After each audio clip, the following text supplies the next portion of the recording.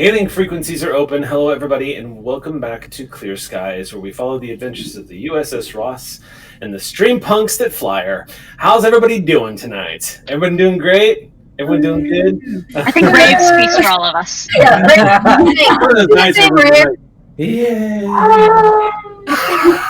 Hooray! that is the sound I made during our pre-show and realized I was not on mute.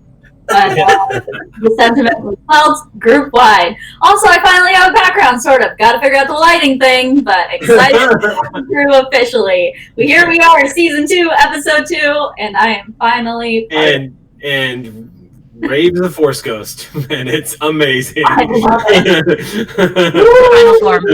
I just want to make everyone aware that my background is a pumpkin of Captain Janeway. It's hard to make out, but that's what it is. If you can't see it in the corner. Go ahead, Sam. What were you going to say? Something about making out? What was that, Sam? What did your brain just... I have no comment at this time. So before we begin tonight's game, let's go ahead and get into any announcements that we might have coming up. Yes, Sander. I've got one for tomorrow. I'm going to be playtesting for Miramorph Games Atma. It's a debut sort of board game, role-playing game hybrid, and so we're just doing one quick episode on the DAT network. That's the DAT network, and it'll be tomorrow night at 6 p.m. Pacific. Did you ever freak out whenever the Atma weapon finally showed up in Final Fantasy? No matter which Final Fantasy you're playing, it's like the Tarrasque of Final Fantasy. When it shows up, Atma's a big problem. Anybody else have any announcements they'd like to share this evening? Anything? Yes, Aki. So this was announced last Wednesday, but starting next Wednesday, starting at 7 p.m. over on Saving Throws Show, my very first show that I am producing, a partnership with them, All Games No Masters, where we will be doing an 8-episode run of games featuring role-playing games that are game masterless, just players. So if you're one of those people who's been sitting around during the pandemic going, I don't have a GM to run games for me, we're going to show you that you don't need one. I am offended. This is making you obsolete. That's what I know. Having a GM is a privilege for a lot of people. See, and we always thought it was going to be like the Sith, I overthrow you kind of thing. Now we know the true route. Yeah. We bring the whole house. Anybody else? But yeah, starting next week. Go ahead. Oh, me? Yeah. Hi. Okay. What's the date? Okay, on the 21st, I have a podcast that I'm co-hosting. I wish I knew more details, but what are my socials? I'll share it. And also, I'm being ahead of a mic. That's all I know. I think it's about something. I'll let you know. And then on Friday, I'm guesting on something, but I don't know if I can announce that yet, so maybe I shouldn't have said anything. Goodbye. Awesome. So the update from Bonnie is stuff is going to be happening at some point. And you should show up whenever that happens. I think I too will announce that at some point in the next 6 months I will also be appearing on a show. I don't know exactly when it's going to happen or how or where, but it will involve me and it will be a show. So stay tuned for details in the next 6 months. These are my weekly announcements, okay? I'm trying to plan ahead. Yeah. Anybody else? Anybody else got anything that they need to announce before we jump into tonight's rather large, creepy story? I said creepy, and Ray was like, yay, horror. All right. Unless there's... Oh, yes, you, Sam, the cute little sea urchin in the front row.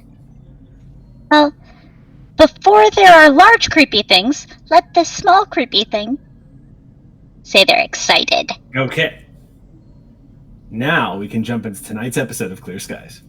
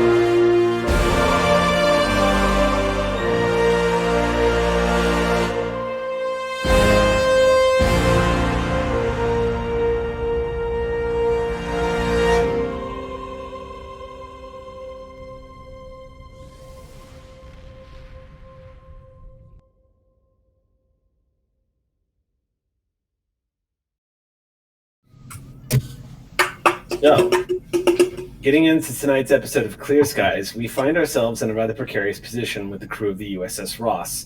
When we last left off, what was supposed to be a routine mission just to check up on a colony that hadn't been transmitting for past the window of period in which it is supposed to transmit, what might have just been a routine check-in from the USS Ross. Also, possible emergency response, you never know.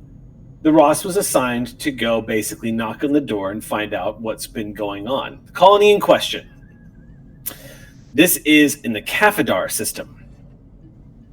On Cafadar 3, a Class L planet with vegetation and no animal life, is currently a research outpost headed by one Dr. Ryan Cabot, who is a 67-year-old famous botanist of the United Federation of Planets, kind of known as being the, as I described him before, the crocodile hunter of botany. He is the one that goes into all of the most dangerous places to acquire samples or to interact with plant life. Of course, some plant life likes to interact back, and he's the one that kind of gets in there, gets his hands dirty, learns a little bit about behavior, if there is such a thing that could be attributed to plant life, which, by the way, there is, and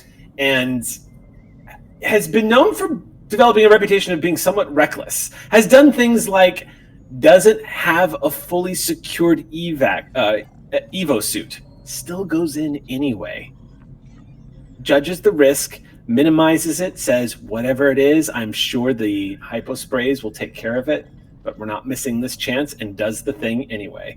He has gotten a lot of irritation from the scientific community, but he's also been a pioneer and has shattered expectation of what botany can unveil about the universe and the plant life that grows within it.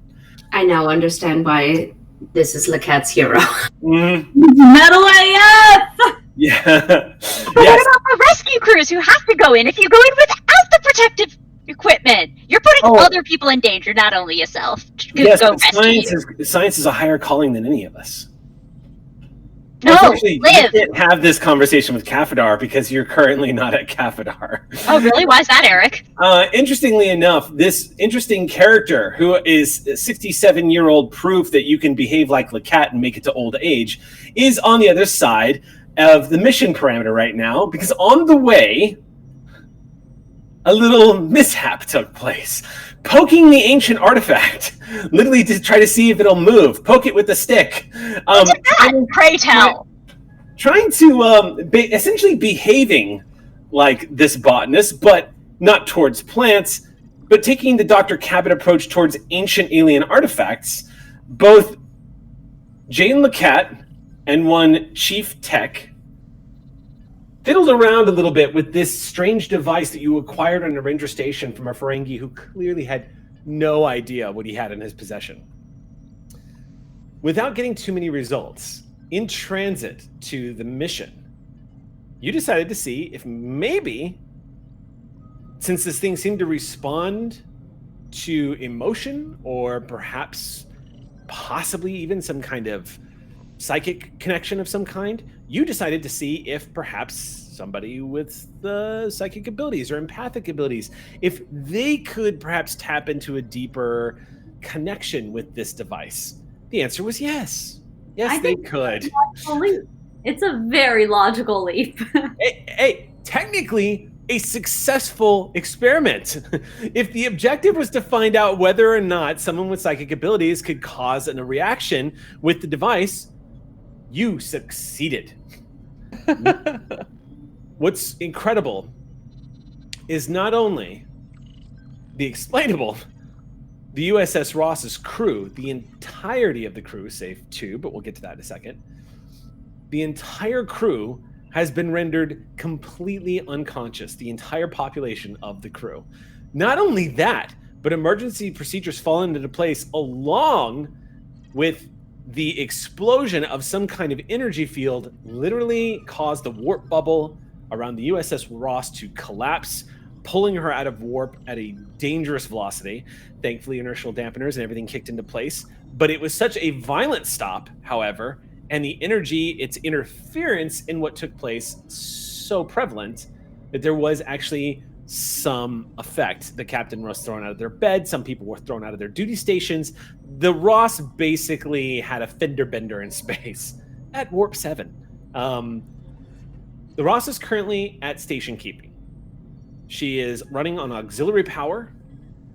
Her crew is unconscious, save 2 people. One Dr. McCrell and one Commander Aeoten, who were just now trying to put the pieces together to figure out what the hell happened, how extensive the damages are. They've only just now begun to realize that all crew members are accounted for, that there are no fatalities, thank the gods, and nobody but them are awake.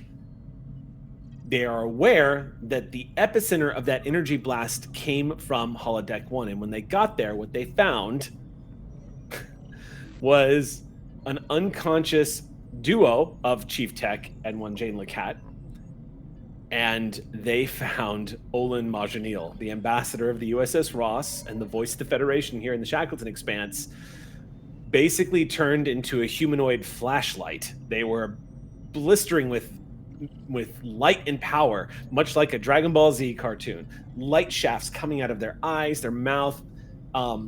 Aeoten managed to knock the device out of Olin's hands to get it onto the ground at some risk, because as a quick recall, the light, the energy that is pulsing around Olin Majanil right now seems to be shredding hard light. So hologram and holographic matrices cannot survive contact with this energy field in its raw form, as shown by the fact that the top of the holodeck right now is completely exposed. The grid of the holodeck itself is clearly visible from above Olin. And when Aeoten made the attempt to reach forward, Exio's hand literally lost all integrity and began to de-res right in front of everybody. However, of course, reconstituted once Aeoten withdrew and got her hand back. But it was enough that Aeoten, even upon approaching Olin, the colors began to fade out of the matrix scheme of your person, Aeoten. So a physical manifestation, the closer you get to Olin, the more dangerous it seems to be, at least in terms of your physical manifestation. You're not sure what this would constitute if you were, in fact, erased. In all likelihood, you would probably reboot in your mainframe. Or essentially the moment you could reload somewhere else. But that's something you're going to have to experiment with. Meanwhile... Maybe another time. Yes, because if the possibility of destruction wasn't an incentive enough, there's also the fact that you would have a very well-muscled, well-ranked Orion that would probably yell and scream and holler if something were to happen to you. I've disappeared enough times. I'm good. Of course, the big reveal right now, the only person that has a sense of what is actually happening right now is Olin, who has manifested inside the matrix of this ancient device, or at least the echo of the matrix of this ancient device, to encounter the living memory of a being that calls itself Aeoten. Aeoten has revealed himself to be a progenitor, which is one of the legendary ancient races that supposedly is responsible for seeding all of the major life, all of the major sapient life here in the galaxy. Their race was responsible for the creation of all humanoid life in the Milky Way. They are also, only up until recently, believed to have been, there's a lot of evidence to suggest that they are the same species as the Preservers, which was first uncovered back by the crew of the Enterprise. The Preservers, of course, it was believed were the ones that basically plucked life from different planets and moved them to other places where they could be saved and rescued, basically preserving life where they could find it. Nothing concrete, unless you play Star Trek Online, in which case you know that they're actually the same people. But in this case, the crew of the USS Ross is among the time period where it's a theory that everyone's playing right now. Aeoten has revealed to you, Olin, where we're going to pick up today's episode. Aeoten has revealed to Olin that the unexpected has happened. He doesn't have an explanation as to why it reacted this way. but the explosion of energy is essentially pulled the entire crew of the USS Ross into the matrix of this device with it.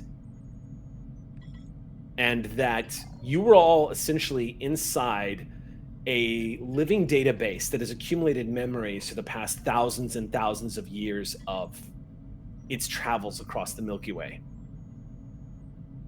You are currently standing on the precipice of what looks like a cliffside. It doesn't look like any planet that you've ever seen before, Olin. This doesn't ring any bells. It doesn't seem familiar. It does have a Vulcan-esque quality to it in that it is very barren. It looks like very desert-like, very rocky.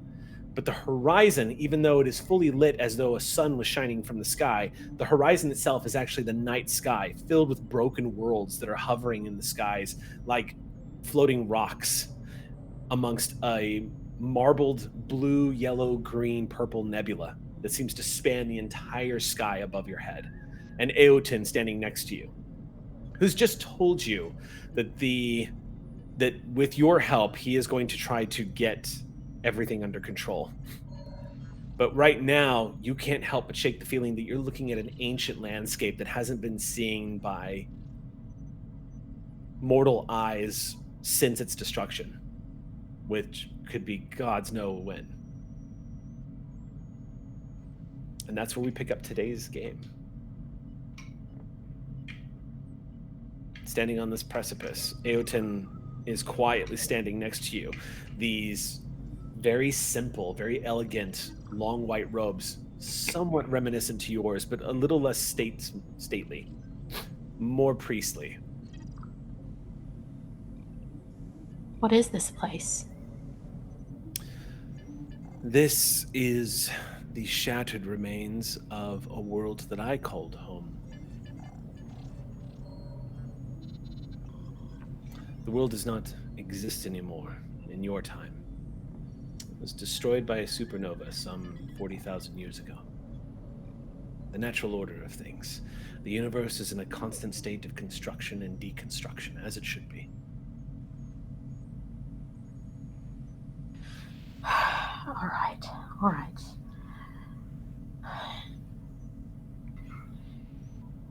You say I don't belong here, and I'm inclined to agree with you, since I certainly didn't intend on ending up here. I touched the artifact in an effort to trigger a response similar to what I'd been told was the normal one, but that is not what happened. There was this bright light and this blinding pain, and then thousands upon thousands of voices that I could not filter out. I felt like I was going to die. And then I pulled you free. You were not meant to hear the voices of memory all at once. No one is. They are presented here so that we can let them live. And we visit them, but one at a time.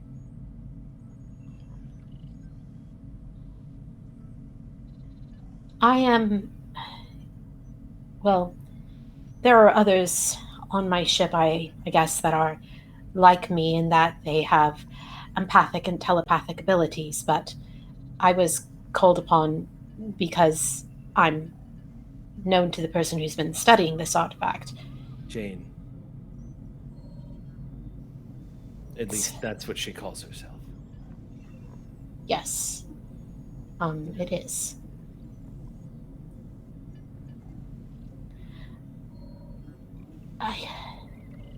I have questions, but I don't know how to...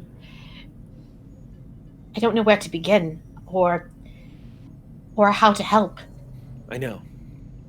He reaches his hands out to you. They seem so familiar somehow. Long, slender fingers. Think of Doug Jones' hands. These long, slender fingers, these large, warm-looking hands. There's this sense of familiarity like a distant family member almost, that is just encoded in you the moment he extends his hands and offers them to you. Do I sense emotion from him? Yes, you do. You sense a deep concern and an almost compassion's too vague. He wants to help. There's this sense of like urgency.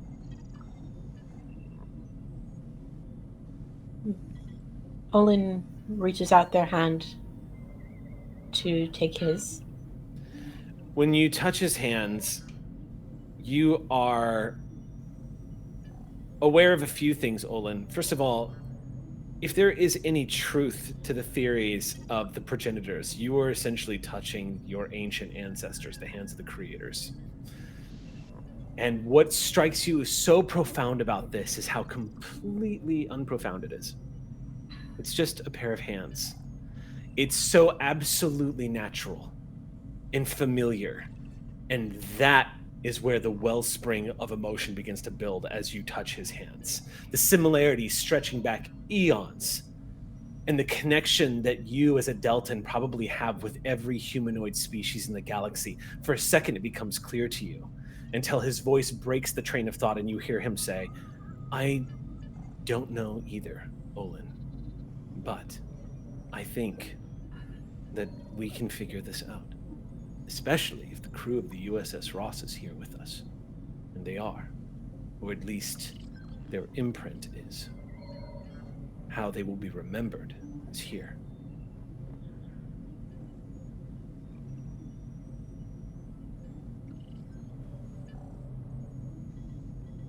I don't know how I can help, but whatever I can do to keep them safe, I will do.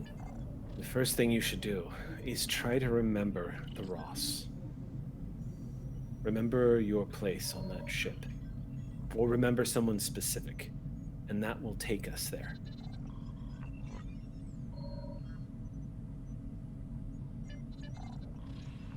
Olin kind of sort of tosses a few vague notions around, and finally settles for the moment on Patience, who would usually be with them during times like this and is not. You focus on the image of Patience, particularly the arc of fur that comes off the top of the ears when Patience cocks the little doggy head to the side when they're looking at you a little bit. You find yourself standing in your quarters instantly. And Patience, who is laying on the bed, leaps down immediately, unquestioningly, when you just appear, and runs up to you. And, like a good dog, doesn't start barking, but immediately starts wagging the tail and dropping into downward dog and looking up at you, expectantly and excitedly. Hello, girl. She is here as well. This is not an illusion. Every sapient, sentient creature on the USS Ross, at least that was biological, is here with you now, except one. Oh, How interesting. That could be good. how so? You are projected here, Olin. I don't fully understand it just yet. Those that come here are echoes of memories of beings that have long since passed. It's imprinted upon our disk. And the imprint carries the stories of those people. The disk has aged somewhat in these past thousands of years, and as a result of the passage of time, it does not function the way it normally does. You see, when we first designed it, it was originally required that those who came into contact gave their permission to become incorporated, imprinted on the matrix of the disk itself. But over time, the protocols that were designed began to decay, along with much of the integrity of the program itself. And as a result, the disk simply imprints upon everything it comes into contact with and creates an echo of that existence here. It might have something to do with how it was possible for this all to happen.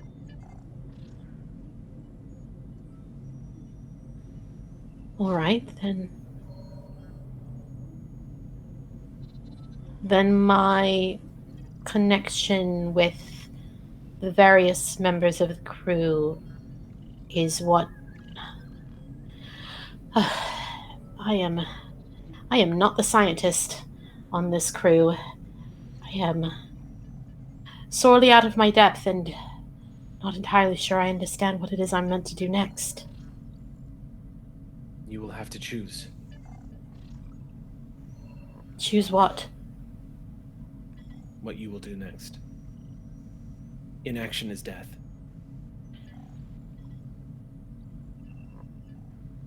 And this is true in all things. Not just here. If you choose to do nothing, you are still making a choice.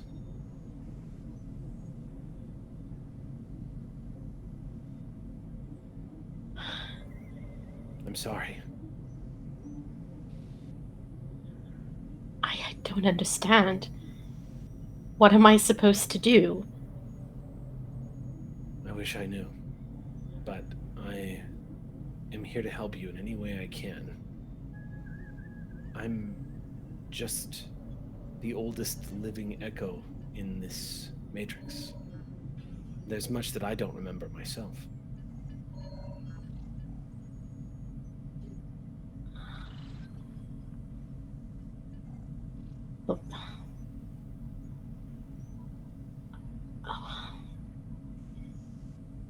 If Patience is here, then Everyone's here.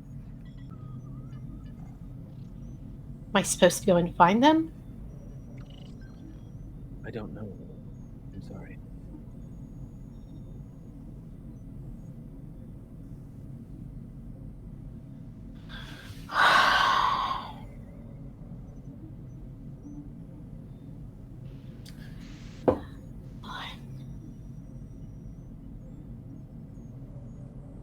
Guess I should see if I can find someone else.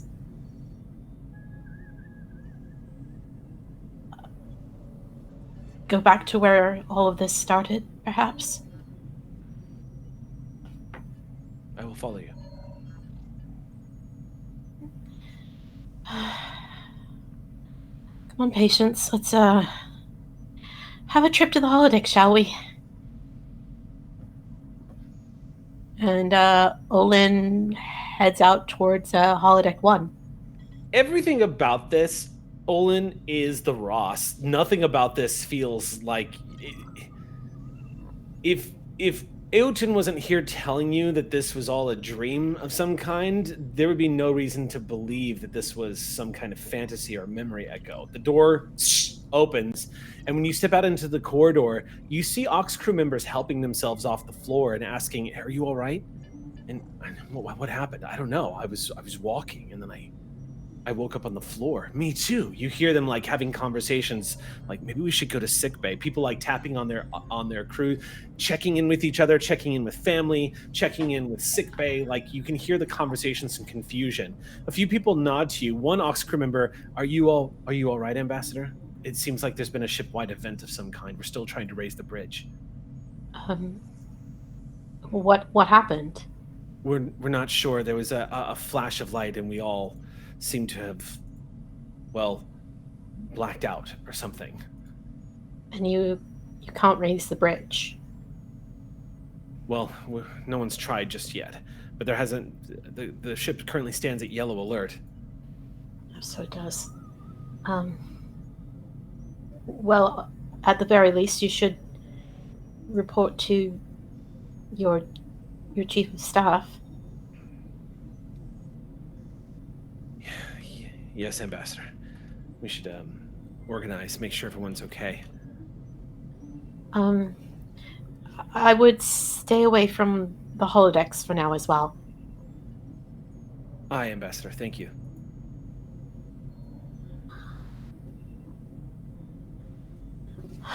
And another thing, am I alone? Who are you asking? The crew member that I was just talking to. The crew member, by the way, is Ash Lemon. Is their full, or Layman? They are an ensign, and they are looking quite alert and a little thrown by this. It's not unusual to see engineers like to know what's going on, and it's clear here that Ensign Layman is a little not okay with things any more than some of the other Ox crew members are trying to figure this out. When you ask them if you're alone, they look at you for a moment and go, I didn't see anybody come out of your quarters with you, aside from patients. All right. Thank you. I'm feeling a little fuzzy myself. I think I should also report to the sickbay at some point, but carry on. And excuse me. All right. So they can't see you. And like Aeoten is not there. You do not see Aeoten standing nearby. Oh.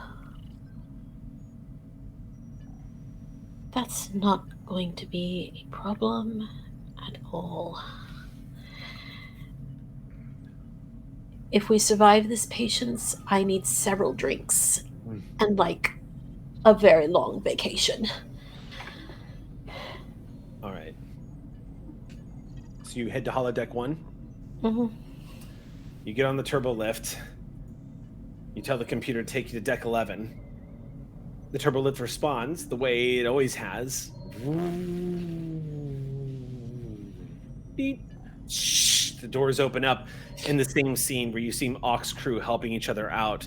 A few of the higher member lieutenant commanders are walking around and like checking in with people, making sure everyone is okay. You see one Ox crew leading another Ox crew member down to one of the medical bays, not main sick bay, but one of the deck sick bays. As you're walking past everyone, this seems pretty normal. Everyone here seems pretty normal. Everyone is behaving like they're in an emergency. The corridor right now is flashing with the gold bars of yellow alert along the corridor, wrapping all the way down this neck of the USS Ross. And you approach Holodeck 1. You see you see on the computer screen that a program is currently running.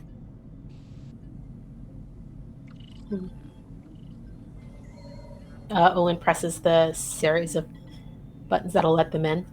It's a fantastic sight that greets you when the door opens, because you see Lacat and Tech helping themselves up off the floor. If I'm not mistaken, you will also see, remind me, but I believe the captain headed down there as well. Is that correct? That was after the fact. After this all this happened, right? Mm-hmm. So Captain Sol would be there as well, getting information. You're Captain Sol is here. Looks like they are getting the lowdown on what took place. But what's remarkable is there is a shaft of light that you can see a humanoid figure inside. And you are pretty sure that's you inside that shaft of light. As you step into the holodeck, the three of you are in the middle of debriefing the captain on everything that just happened when the door opens up and Olin with patience steps into the room. Oh, Ambassador, what? Are you okay? No, I am not. But I am so glad to see you. What? Yeah, Jane takes one look at Olin coming through the door, and looks at, like, what can we observe of the actual figure within the light beam now? It's difficult to discern any details. It is so bright looking into, it's like gazing into the sun. Okay. The only side effect is you don't actually suffer any sort of, you're not getting flooded with photons. Your eyes are not going to be damaged from staring into the light, which is a side effect, indicating that it's both there, not there. Is there some sort of like a polarizing filter that we can like obtain, that we have access to, that we can like get a clearer image of like what we're looking at? Theoretically, first of all, brilliant idea. Yeah. And second of all, theoretically, there's no reason why the holodeck couldn't do that for you. Oh, okay, great. Right, we live in the future. Amazing. And so yeah, I think that Jane is completely out of it. While getting up, she made sure that tech was good. She's not making eye contact with the captain right now, and she's gonna talk to this computer. And computer, can we get a polarizing filter around this beam of light? You hear a chirping sound indicating that it is creating a filter, and there is and as this filter begins to appear around the image of what you were seeing. Yeah. Sorry, I should have known this was going to happen, but I recently got an Amazon Echo and I changed its name to computer, so every single time. Oh no! Oh no! I'm getting all these notifications right now in the room. So, as you initiate this, as the polarizing filter begins to appear, you see as I described before, you see that the light is both there and not there. So the computer is picking up that this is in front of it, but you're still not getting a really defined image of who's on the inside. But it does reveal that there is no actual light emanating from this column of light. It's not reacting like a flashlight would.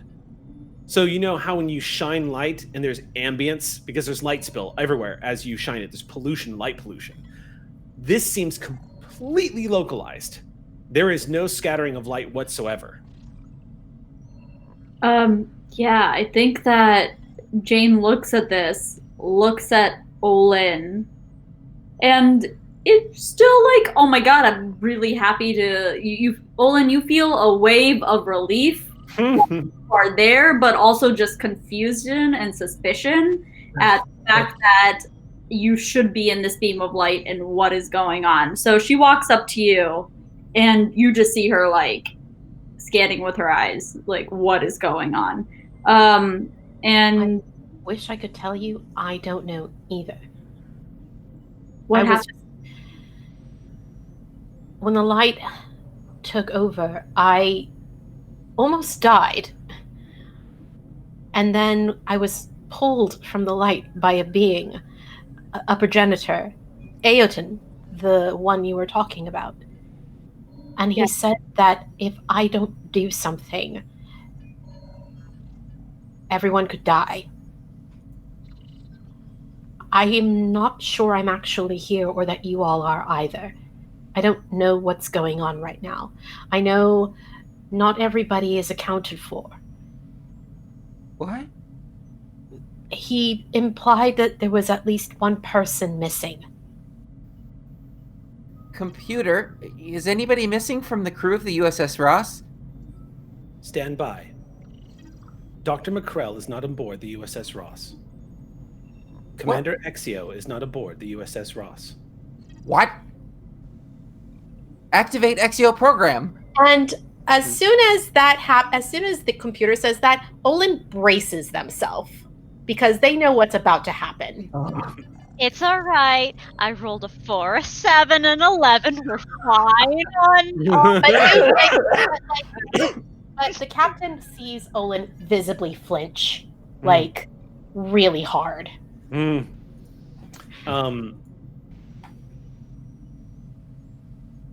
Yeah, that's what you get back from the computer.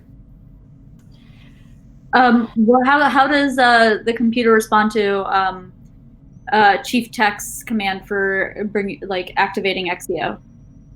Nothing happens. It doesn't even acknowledge that there was a command request. Computer. No chirp of acknowledge or anything. Medical tricorder. It appears to you in the holodeck. I'm gonna scan Olin. All the readings indicate Olin is in a very healthy, non-anxiety state. In fact, what you get is that the tricorder is essentially reading a very vanilla reading. Yeah, Olin is clearly at a heightened state right now. They're slightly agitated, they're anxious, they're looking around, they're very worried. The tricorder is telling you that all of their levels are totally normal. In fact, go ahead and make an engineering check here. Oh, okay. The difficulty of this is just going to be 1. Okay. For you. This is a good opportunity to get some momentum. Mm-hmm. And this is going to be a reason engineering check. Reason engineering. Okay. Great. Ooh. Okay. Hold on. No, none of my focuses would apply. So 2 successes. Okay. Ooh. Tech. This tricorder. First of all, gain a momentum, everyone. But what you're getting from this is, at first, as you're scanning them, it's like this reminds you of what it was like your first year training in Starfleet Tech when you were learning how to use Starfleet technology. This looks like a tricorder that's on its default setting to train people on how to turn it on and use it. In other words, the data that you're getting back, this is generic. The tricorder believes it just scanned Olin, but the readings you're getting back is just like, this is a person. They have Right. eye. And Olin would feel this too. This sends a lot of anxiety out of Tech, and he's going to turn the tricorder on himself. You are a tholian. It gives you like your basic rundown, tells you you're just fine. I throw the tricorder on the ground and I stomp on it. It shatters, and you just crunch it. I need everyone really to take it down just a notch, please. Okay. Look at you. You hear in your ear, Lacat. No. Look at you, wearing the uniform of a Starfleet officer. All of you hear this. And as everyone kind of sighed to looks at Jane, there is a Cardassian in full military uniform standing next to her. Hair slicked back, standing at attention. You know what I just realized? What?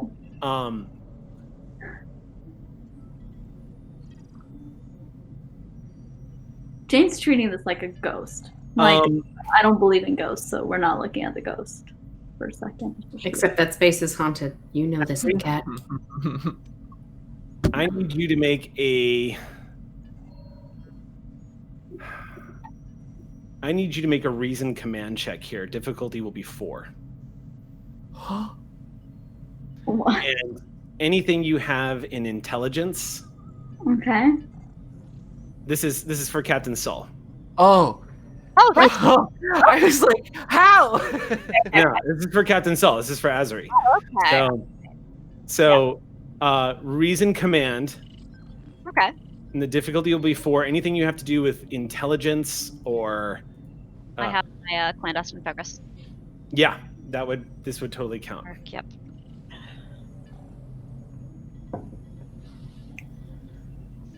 All right. I'm going to use that momentum. Okay. Difficulty 4, you said? Difficulty is 4. Yeah, I'll roll on it. Okay. Did you take the momentum? Yes, Okay. I did.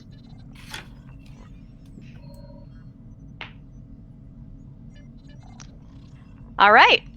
So when one re-rolls one's natural 20, one does so much significantly better. One rolls a 5 instead. Good thing one has command, so that plus the 14 plus the 11 gets us to the money. Okay. We are at Look at- no momentum, but thank you all. Lacat, it's your father. He's standing maybe a foot and a half away from you, leaning towards you in an almost intimidating manner that he used to do. And he's looking at you with such disappointment as he looks you up and down. And you hear the words come out of his mouth. The only time I ever expected you to see you wearing something like this is if you were a prisoner.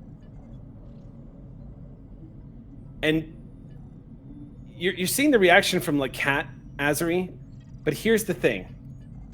You served in Starfleet intelligence during the Dominion War. You know one of Gul Dukat's trusted political advisors when you see him. This is Elir Kress, one of Gul Dukat's inside men, and one of the political enforcers on Cardassia Prime during the Dominion War. You don't know whatever happened to him, but this was a man that was inside Gul Dukat's inner circle and was rumored to have been one of the advocates that got Gul Dukat to sign on with the Dominion. And he is addressing Lacat right now, looking her up and down with intense scrutiny. Okay, so yeah, and I think Lacat is like, you see the shock, the fear, just the flash of fear, and then like just blank slate face. But Olin, you can definitely see that all of that is still beneath the surface. But she's gonna do the trick where you don't look someone in the eye, you look them in the middle of the forehead. So it looks like you're looking them in the eye, but you're not looking them in the eye. And Aeoten, why are you wearing that face? And she is convinced that she is talking to Aeoten, and she refuses to acknowledge her father. Invoking his name, Aeoten is standing in the room over by Olin suddenly. And for the first time, those of you who have not seen Aeoten, you hear him say, "That is not me." Wow!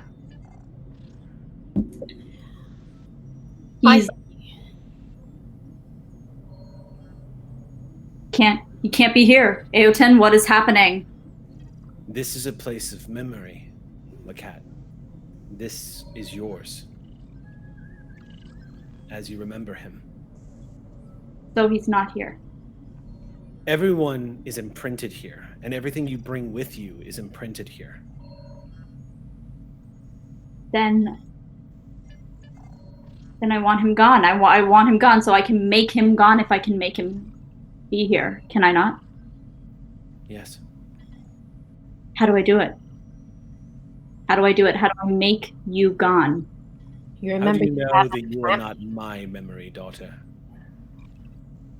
Because Two of us, I was the more worthy Cardassian. Your mother would be embarrassed, ashamed to see you wearing that on your chest. I rolled an 18, Eric. Yeah? Yeah. Can I just... Yes. Yeah? Can I punch him? The impact of your fist across the side of his face is both satisfying and makes a lot of sound. Great. And honestly, you hear her vocalize it, and she fist makes contact, and you see that it hurt. Because I can't imagine that Cardassian's not soft skin. But she takes the punch and pushes back, but she's not acknowledging any of his words, even though he's still talking.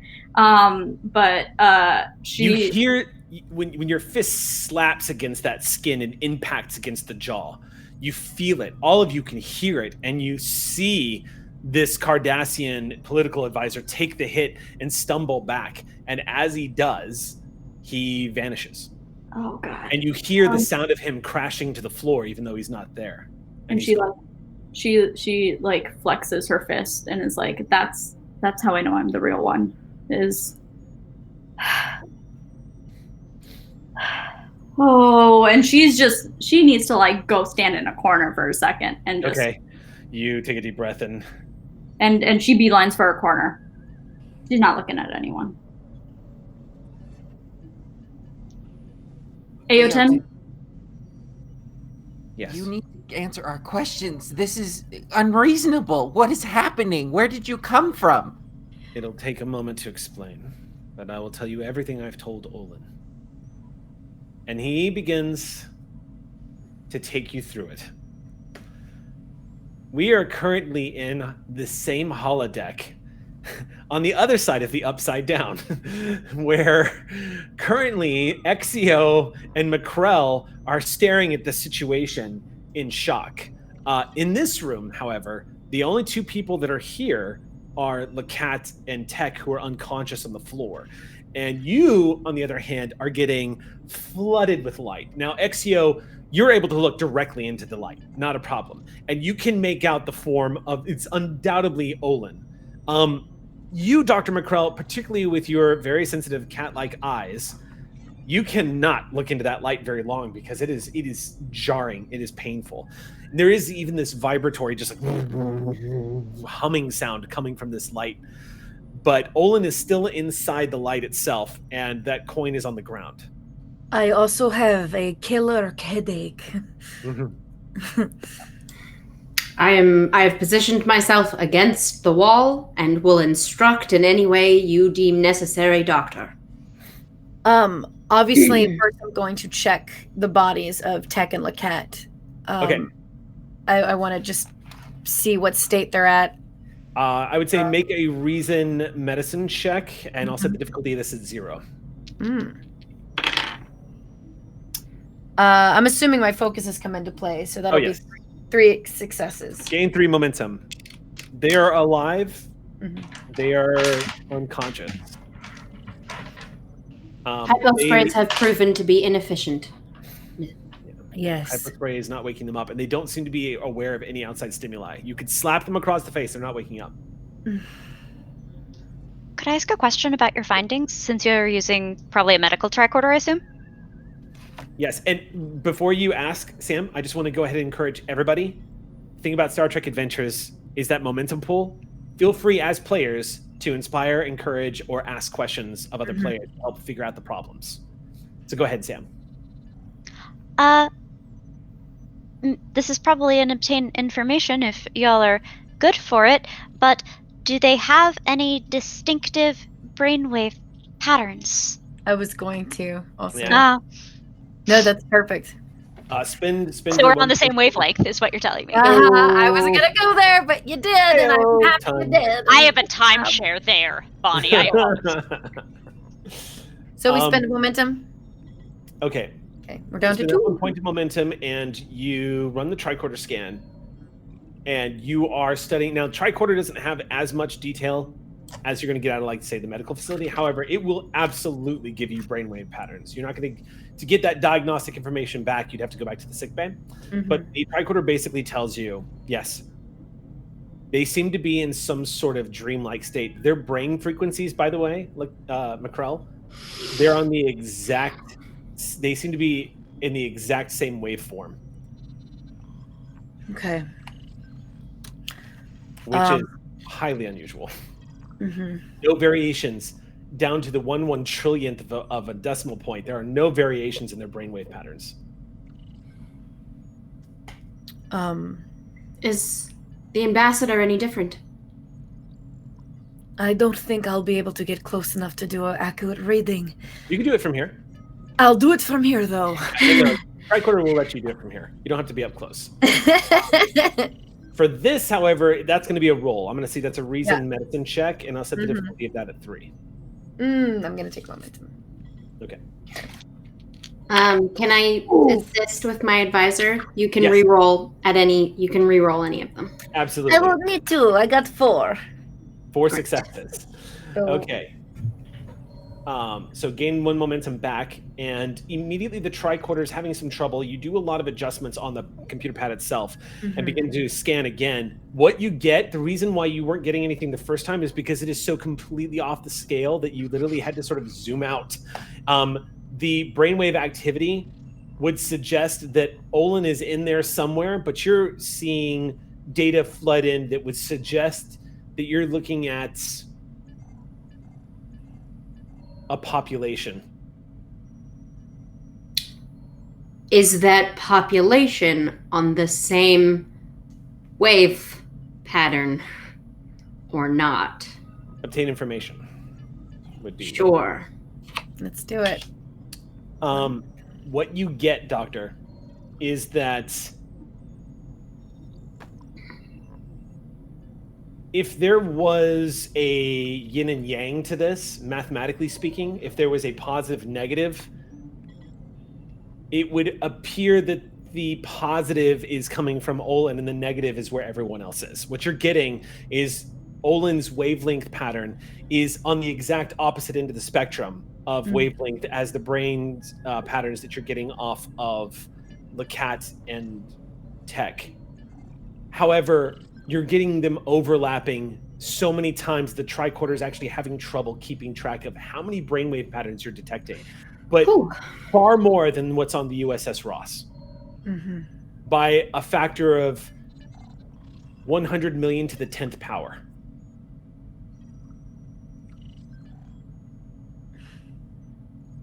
Great. Okay, I'm going to... Okay. Doctor, I'm having trouble computing this, and I am a little computer. I believe, Exio, that this is not a physical attack on the crew, but more of a mental. I think I have a way. The reason that I am awake, we cannot administer to the full crew, but maybe to a few that can help us create some kind of neural stimulator that will block the psychic attack. Like I said, Doctor, I will be more than willing to help you replicate some of the very dangerous antidote. We'd have to go back to the med bay. We'd have to calculate this perfectly. Okay.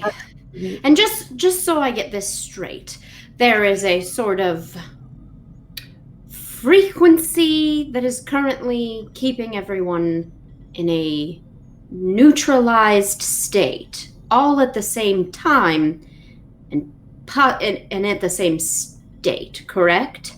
It's hard to explain. I honestly can't, because I don't fully understand it either, but it seems that they are all on one psychic link in some way, mentally, or on a different plane entirely. Okay. Going to point down at the coin. I hate Eric's face. It's because I'm about to do something and I know the reaction I'm going to get. No! Oh, no. Well, I just want to... I don't know how I'd be able to do it, but I guess I want to ask the computer if there is a... Like, I mean, I have, deduced myself that the coin thing and medallion thing that was in the ambassador's hand is causing this, but has sort of transferred to Olin. So, and then there is a ship-wide frequency that went out. I want to know if this computer can detect if the frequency is still active and it's coming from the coin, or if it's coming from Olin. Just if there is an active frequency, or if it went out in a shockwave and then dissipated and they are in a state, or if it is an active frequency. Like our photon emissions or rover emissions. Exactly. You want to find out if this thing installed itself on Olin's hardware. Correct. Or if it's Wi-Fi connected to Olin. Correct. This is the stuff I understand. Yes, that's a great idea. which you can probably figure out by taking a tricorder rating, which would be, I would say this is a reason science check based on the information that you've got from McCrell. Okay. And crossing, and like you could basically, we're not going to use the hypothesis system, but we can say that this is what you're using to form your hypothesis of what's going on and how to fix the problem. Okay. So I would say make a reason science check. It's a hefty roll. I'm sure. As it is essentially the mystery of the episode. I'm going to set the difficulty at 5 and drop it to 4 because you're using a tricorder, and you will get an assist from the Ross. What about an assist? Your Ross is actually real. Okay. It's so hot. So Even wait, if so it is a what, Ross of heat oppressed mind. so what is the final roll? So you're going to get, it's going to be a difficulty 4. It's going to be a reason science check, and the Ross is going to roll to assist. Okay. What is the And- Ross rolling? The Ross is going to roll. Hold on one sec. Can McCrell assist as well? Since I'm using, Exio is using some of my medical knowledge. Yes. Actually, yes. Let's go ahead and have. I was thinking about just lowering the difficulty another one as a quicker way of doing this, but honestly, I think we'll just have you do the thing. So the Ross is going to roll computers and science. Okay. And I'm going to buy a die. We have 1 momentum. Am I rolling reason medicine? Yes. Damn it, Jim, I'm a doctor, not a computer, but you get 1 success from me. 1 success. Okay. Those Gina eyes are hard to tell. It could be intense, oh my god, or oh shit. That's not good. How much threat did you give him, Gina? How Oh, much no. threat did you give him? Oh, no. So I have 2 successes Okay. and a 20. Excellent. And how about you, Bunny? 1 success for me. Did we get an excess from Ross? Nope, no help from Ross. Dang it. Oh, no. So I'm gonna spend Sucks. the 1 threat I got from you and 3 additional threat. And we didn't even get the roll. As you're making the scan, you hear the computer go, Oh, warning, incoming vessel detected on long-range sensors. Blip to the bridge immediately. Don't even say anything. I The will tricorder just walk clatters to the there. ground where Exio was once standing and just hits the ground and clatters at your feet. McCrell, you appear on the bridge. Everyone is still laying unconscious here on the bridge. You see the yellow alert, shields are up, like defensive screens have been activated. Moving over to the science station, if you had breath that would catch in your throat, Exio, this would be a good time to have it happen. What you see up on the screen is the Catechus. Technically, Exio has access to transporters from the bridge, correct? Could Yes. they transport me up there? Yes. Right now, Exio is looking at the Catechus on long-range sensors, currently on an intercept course at the USS Ross. Estimated time of arrival is about 1 hour, 15 minutes. For those of you who need a review, the Catechus is the Tholian dreadnought you all encountered during the crystalline entity incident. The one, our technical. We collaborated with them. Exio's going, they're probably nice. I mean, they're Threat probably assessment. They know our ship. We helped birth one of their gods. It's Yeah, I'm Exio, the Crystal Mama. Exio, you are currently experiencing what Starfleet always experiences when dealing with Tholians. Yes. You have no idea what the hell their intentions might be. None. It could be to come to destroy you. It could be come to help you. You have no idea. Their motivations and their appearances in Starfleet records have always been shrouded in mystery. Their motivations have always been very difficult to discern. Even empaths have difficulty truly understanding, being that Tholians are one of the more, for lack of a better way of describing it, more alien races that the Federation has encountered. It's impossible to tell. But you do know that the captain and the Tholian commander had a few parting words that were not friendly. But But that's still, but it's hard to say. Tholians don't they're- necessarily exhibit ego the way humans and humanoids do. So it's hard to say what this would portend. But Their either course- way, a big dangerous ship is heading towards the Ross. Their course is 100% coming our way, correct? The Ross has alerted you that they are on an intercept course. Any transmissions? No transmissions. Mothers. They're not okay. hailing. They're not hailing. That's No. not a good sign. I know that in the handbook. By this time, you see Macrell like coming up the bridge from the turbo lift. Maybe not. I don't know how fast that would take me to get there. I don't want to accidentally splice you. I'm not doing so hot on that. Shoot. Okay.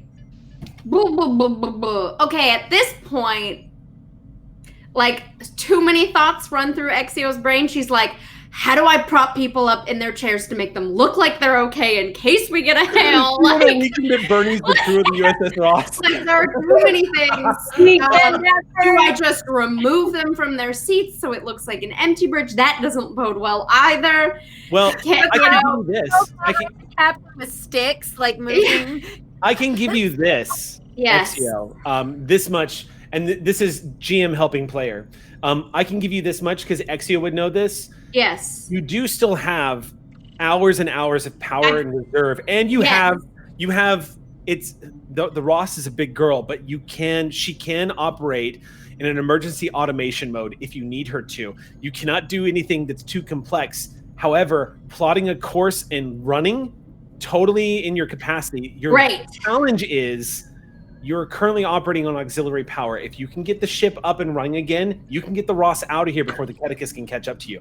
You guys don't have enough intel on how fast the Catechus is, but you do know with her 2 warp cores, the Ross is a fast baby. It's faster. Yeah. Okay. You guys have already put the Ross to its paces and have determined that she is fast when she needs to be fast.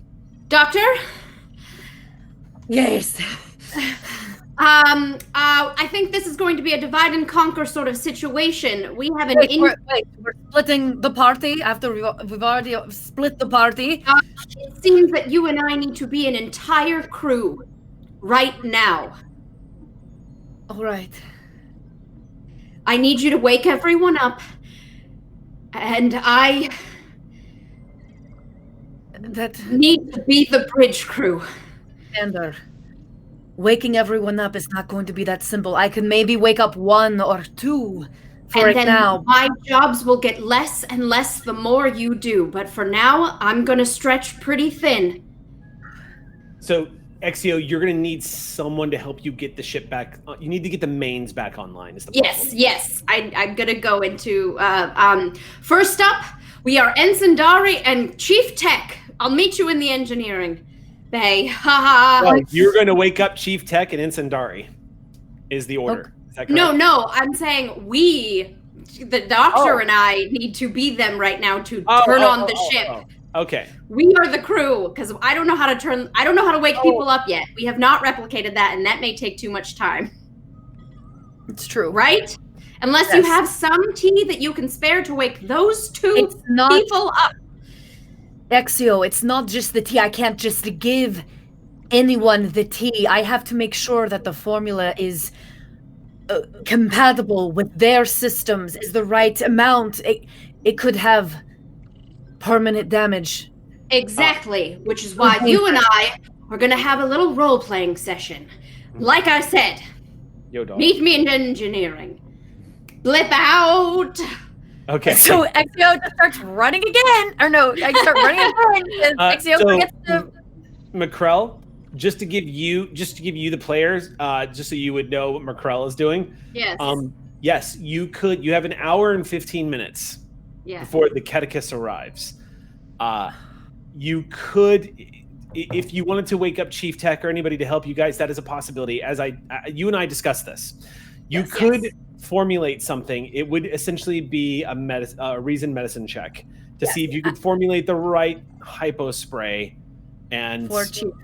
Yes, but yes, Your medical Yes. expertise tells you that there would be side effects. They wouldn't necessarily be they would not necessarily be lethal, but they could be dangerous. It's hard to say. Your Yes. GM has threat. Yes. Mm, okay. I'm just going to keep running to engineering. Okay. This is all going through your head as you're dashing down Yes, towards I'm like, all right. engineering. Meanwhile, Oh no. meanwhile, in the dream world, you just finished listening to Aeoten explain everything, Captain Saul. And Tech, you and Lacat, you kind of had a vague inclination that this might be what's happening because you've already interacted with this disc once. Olin, judging from the look, Olin seems to know all of this already. He probably had the conversation with Aeoten. But just so you all know, you are now also in on it. You know that Aeoten is a progenitor, and that this is a memory device of some kind that collects experiences from the people that it passes by, or who come into contact with it. Are you saying that this is all of our memories too, or is it just Olin? You are imprinted, which means, as you saw with Jane, it will take your memories and bring them to life here. Who you are is now imprinted on the matrix of this disc. So How try you to remember think things. hard about who you're avoiding. Okay. She looks at Tech when she says that because she remembers that he did not want to touch this disc.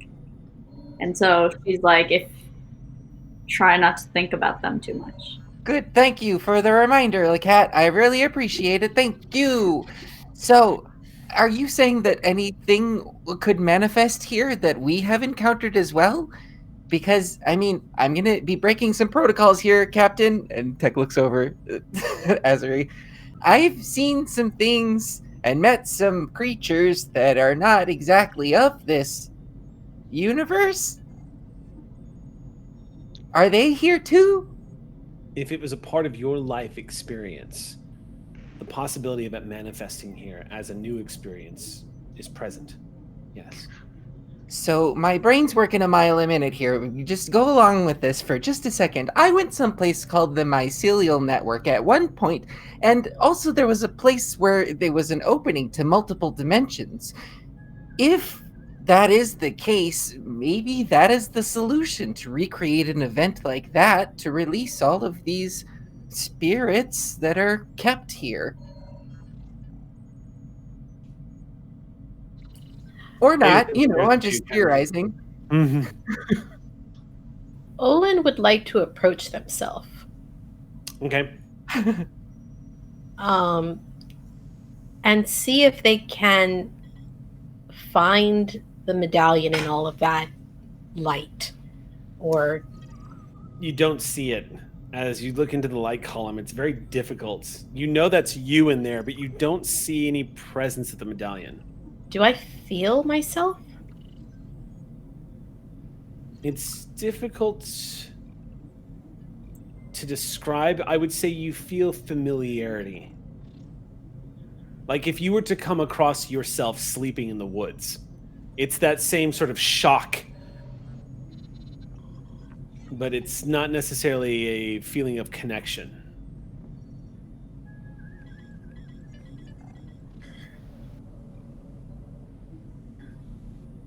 Whatever is happening in here is a manifestation of our own minds.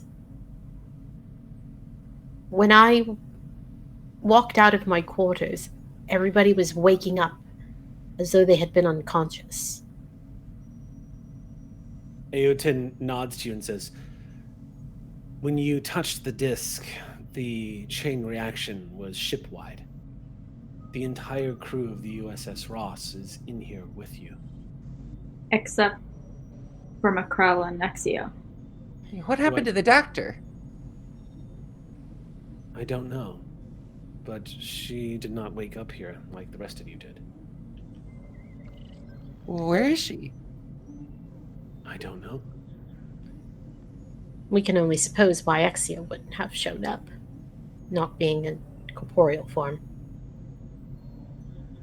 All right, well, if you entered that and went to wherever you went, another realm, perhaps, we should see if there's a way to get to Macrel and Exio. Perhaps they're still stuck on the other side of whatever this is. We need to determine what the mechanism is for waking up, essentially. Yeah. And I think it might be through this. It's my best hypothesis right now.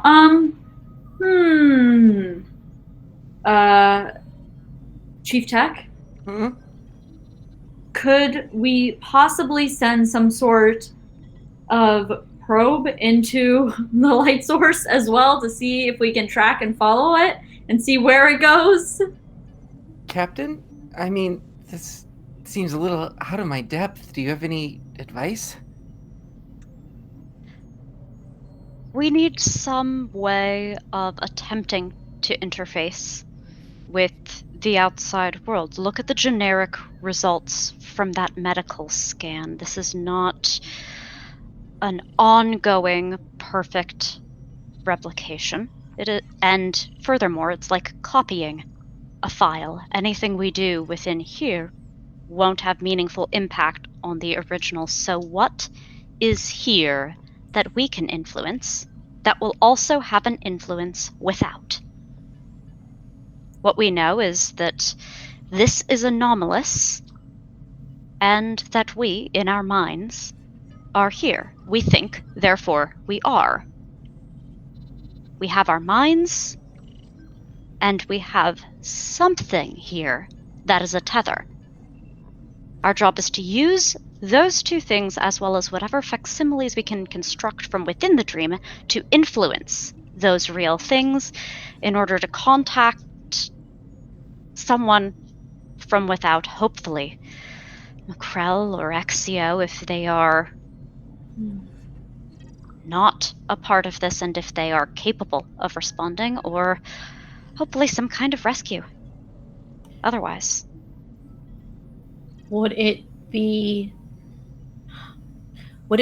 pertinent to go to the medical bay and see if there's even a remnant of Macrel there? Maybe someone saw what happened.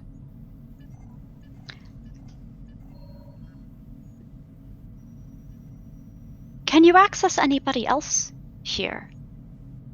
Me? Well, if we're looking for experts on this, we have everyone in here at our disposal, certainly. That is the Ross crew, anyone but Exio and Macrel, but also, possibly, any of the Trillions. Surely someone here in all of this has expertise on exactly what we need to know. On mycelial networks, or on neuromedicine. Olin, have you felt a connection to anyone besides this person, Aeoten? I mean, I was connected to millions of other people's minds. I don't know if I could sift through all of that to find someone who might know, but I could try. Aeoten, what are the requirements, or at least what used to be the requirements, for someone passing on their knowledge to this device? They would hold the device and interact with it by concentrating from their childhood or any memory that they wished to imprint upon. Think of it like a message in a bottle. If there was something particularly you wanted, that you thought was precious or meaningful, that you wanted to long outlast you, or that you wanted to contribute, the idea was you would think about it and how it made you feel, and it would be imprinted here for all to see. But how would you choose whose message to save? Or who would be allowed to put something into this precious device? When it was designed, it would be whoever was allowed to hold it, and then that person would simply select which memories they wanted to print upon it. But since its creation eons ago, the devices suffered the passage of time. Even our technology can't fight back the entropic effects of the march of time. Perhaps there might be someone of note, maybe relatively recently, that we could call upon that would have an expertise in this field. Does anything come to mind? Is there a role I could do to try and access? Like, I'm essentially a living conduit of everything that's ever been in that medallion now. Aeoten looks at you and says, I have to warn you. If you attempt to access the voices of the medallion, you run the risk of once again falling prey to your own destruction. Maybe don't touch the thing again. Just a thought. Well, I can't touch it again. I'm already touching it. Right, but accessing these voices. Who is it that you thought it is I could call upon again? You said something and I missed it, Captain. I'm sorry. I didn't. Okay. Tech was suggesting you could ask.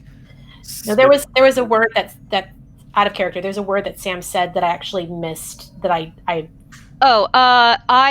was riffing off of Chief Tech, my expert on the mycelial network, or I think I said neuromedicine. There was something before since we're trying to do brainwaves. Those were the only ones of note. Yeah. There was something before that, but I missed it, so never mind. You'd have to think of somebody from your memory who was perhaps familiar with neuromedicine or had medical training that could probably help in this case, and fabricate a wall of belief, if you will, that might psychically defend you against the onslaught of voices. So Jane, a while ago, asked Azumi Shanto to look into Tech's brother. Yes. And I believe Azumi Shanto came back with a little iPad a data pad of information. Is it conceivable to say that when Jane looked at that, she would have remembered that Tech's brother was a medic? Yes. Tech's brother was in the process of becoming a full-fledged doctor, was going to be a surgeon one day, and does have training in neurosurgery as well as neurosciences. But became a battlefield medic when the Dominion War broke out. Here we fucking go, y'all. Here we go. If I have to do it, you have to do it. Jane turns to Tech and just says Reiku. What? He was a medic, wasn't he? What are you talking about? We need a medic. We have a sick bay full of Starfleet medical. No one is awake or capable. We need someone here and now, and someone we can, from a memory. I don't know if I can. If you need support. What if I don't remember what he looks like?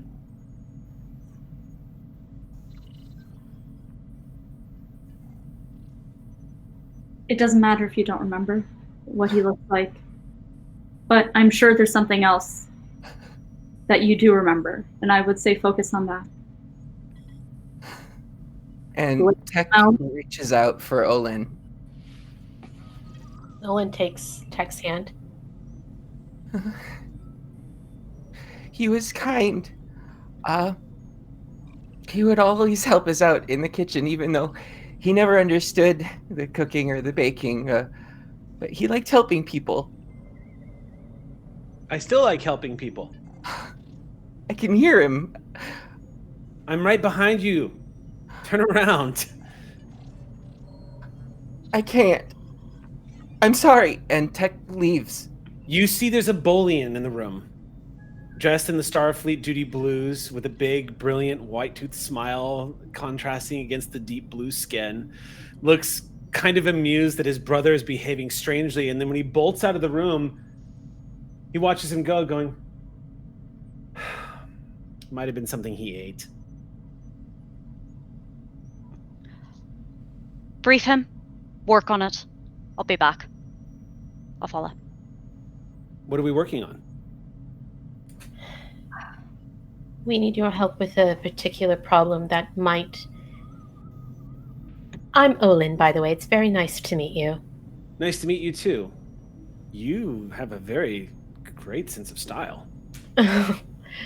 That's very kind of you to say. Thank you, but Doctor's eye.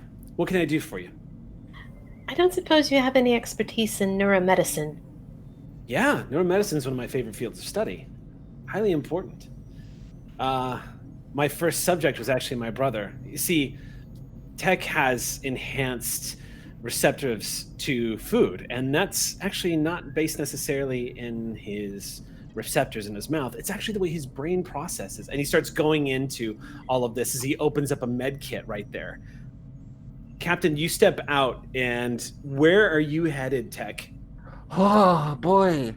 Where is Tech headed? To engineering. It's just autopilot. You reach the turbo lift in time to see the captain is in pursuit. Mm-hmm. And the doors to the turbo lift open. Shh. By the way, the two of you are passing confused and nervous-looking Aux crew, who are getting things underway here. I walk, and will definitely give my share of get to your stations. Okay. One maintains an air of normalcy on a ship. Okay. You are the consummate submarine commander. Like in the face of uncertainty and danger, you're just like, okay, do your job. Go back to your job now. Do I want uncertainty and running around, or do I want uncertainty at stations? I don't know. Which would you prefer? Well, and look at Tech, heading to Alright. a station. Surely that's why. As soon as Tech gets into the turbo lift and he turns around, you can see that there are tears in his eyes and rolling down his face, but he'll hold the door to the turbo lift open. Okay. Yep. And wait. All right.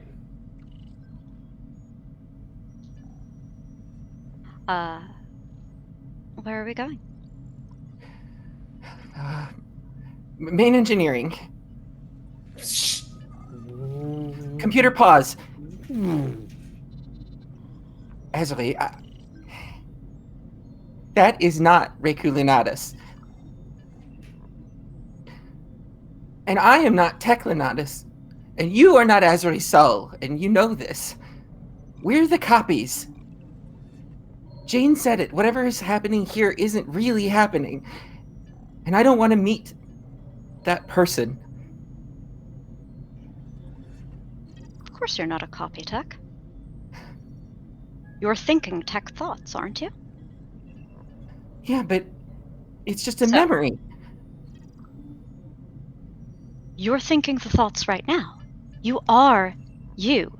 There is a person thinking and feeling and in pain right now. And that is real. Therefore you, the person it is who's doing that, are real. But I can't be real. Because if I'm real, that means that he's real. And that means that people can be brought back from the dead. And that means that I failed to find that way. And I can't face him. Just because you're real doesn't mean this is an afterlife. Which means, no, there's no blame here. These are memories. This is a rare and precious gift. Not another cudgel you can beat yourself with.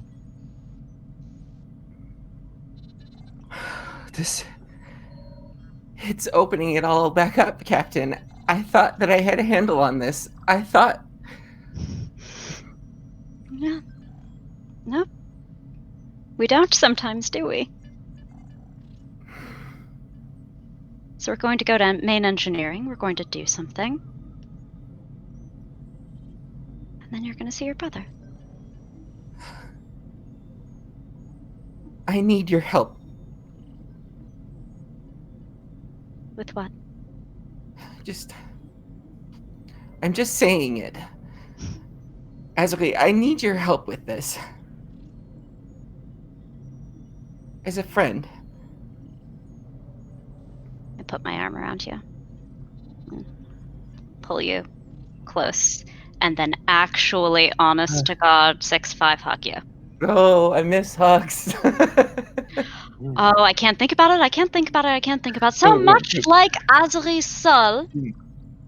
Take feelings, push them down. Stomp on them with big stompy boots. Just hear Widowmaker's voice in your head. Yeah. And now I focus on being Azri's soul and hugging Tech. And resume course to main engineering. We're going to cry it out, we're going to get emotionally normalized. Get back to it.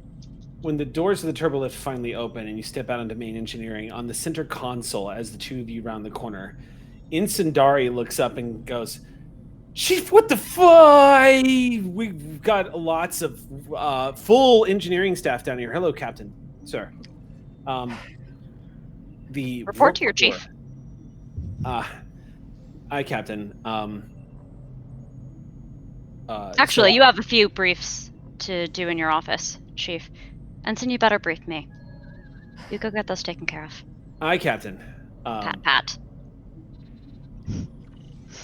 And Tech will go to his little office off to the side. Go have some feelings, not in front of Dari. Dari looks at you and goes, "Well, sir, the warp core is working just fine, just like we left it, only it's not creating any antimatter, and every sensor reading on board the ship is not actually telling us anything. Diagnostic systems are telling us absolutely nothing, and long-range sensors are telling us absolutely nothing, sir. I have everyone on the job, sir." Good. Then what's next? Well, my primary goal right now, Captain, is trying to understand how it is that life support is also not working, and yet we're breathing just fine. That isn't the foremost concern of the moment, I assure you.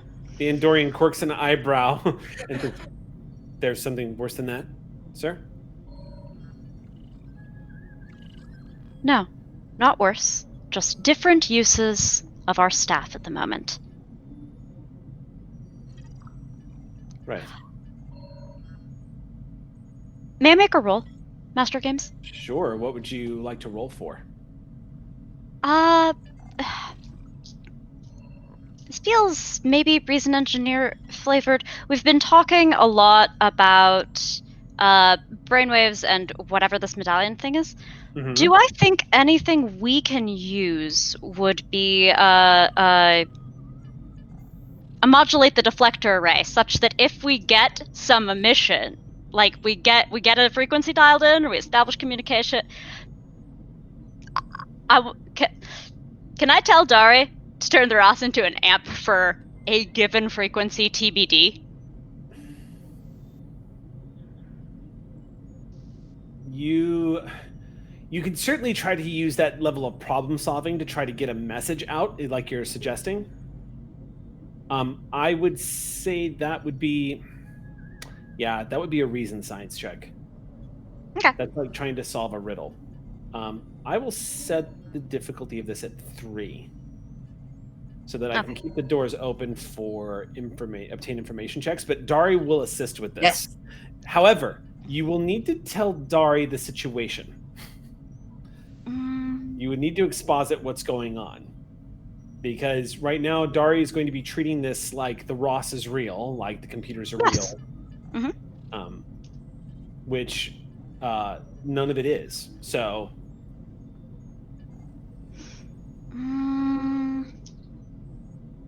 All right, sure, I'll make the roll. Okay. I have no reason science, just for context here. Sure. I was trying to figure out whether it's a thing that we can build in terms of engineering, I have no interest in like the science of it. So we're just gonna make and fail a roll. So I'll go ahead and answer your. If you want to just spend a point of momentum, I'll give you an obtain information on that, so you don't even have to roll for it. But we don't have any. Yeah. Oh, okay. No. So just, Okay. Then no, I don't think I have anything then. Okay. Great. I'll give you this much.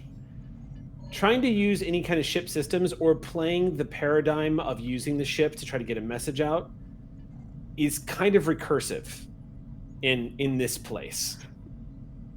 There is a key to this, but for lack of a better way of describing it, trying to use any of the shipboard systems literally to get a signal out it's much like trying to use the rat's maze to defeat the rat's maze. Right. So here's what I'm interested in. Okay. Using not the ship system, the deflector array, but the ship's crew using the ship's systems.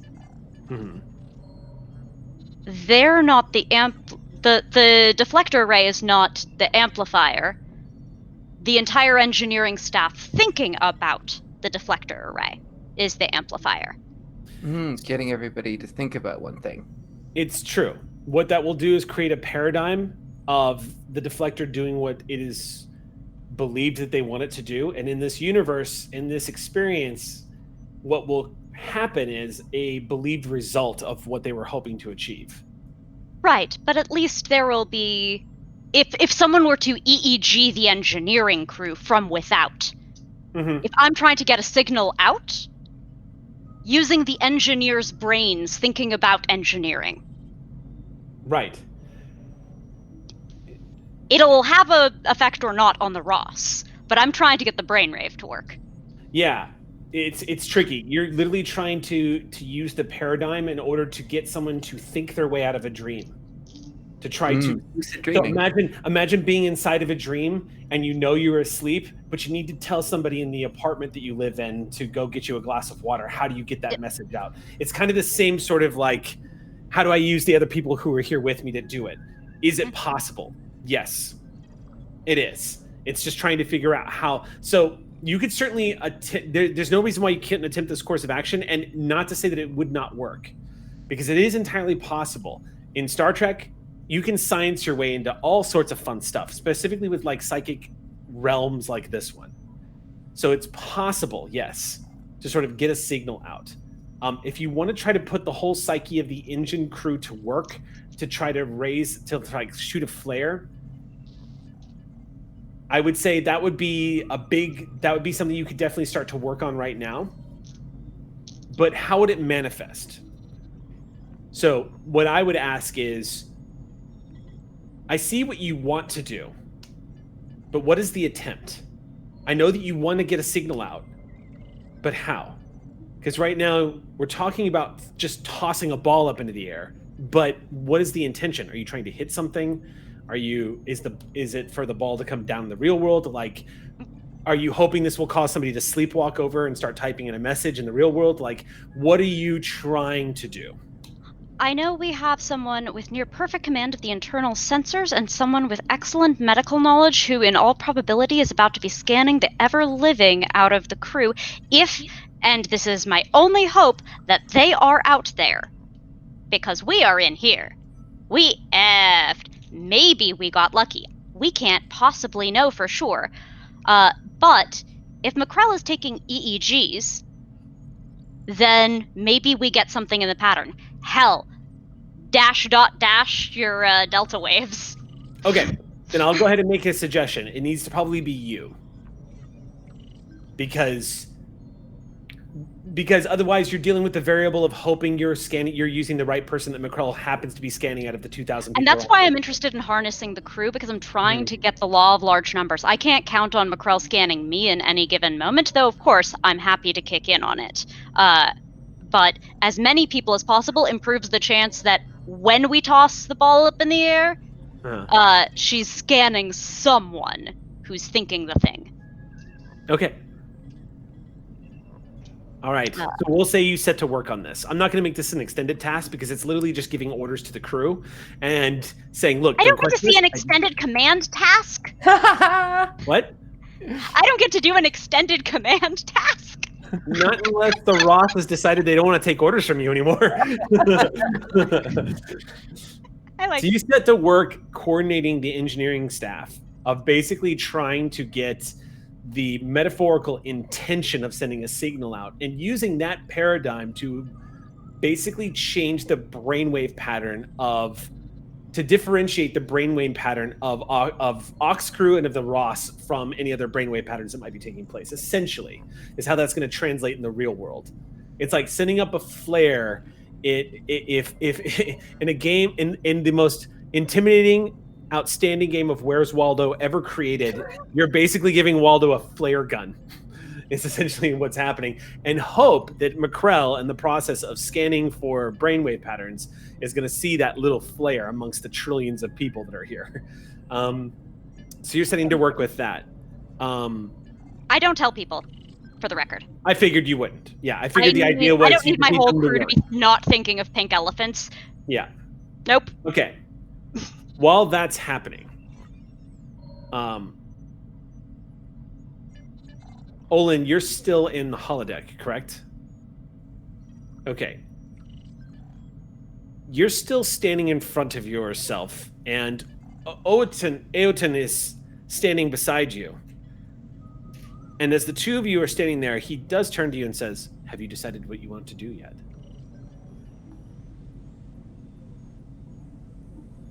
I mean, I want to save my crew. I just don't know how. I need to get to the other side somehow. You're on the other side, though.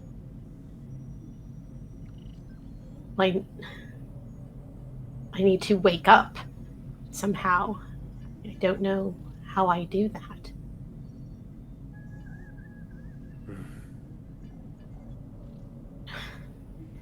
Of course, this would happen to me. Of course it would. Why do you say that?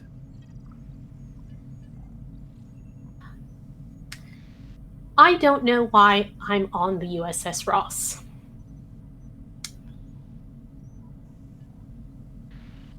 I always feel as though I'm on the sidelines of everything that's happening on the ship.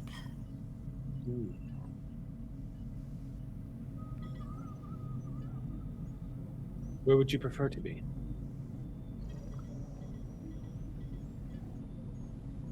I just want to feel as though I mean something.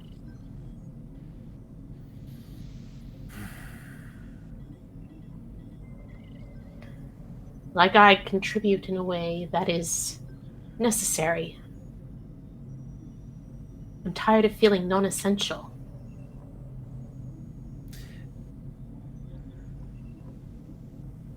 It's not my place to show you what other people have experienced, only to say that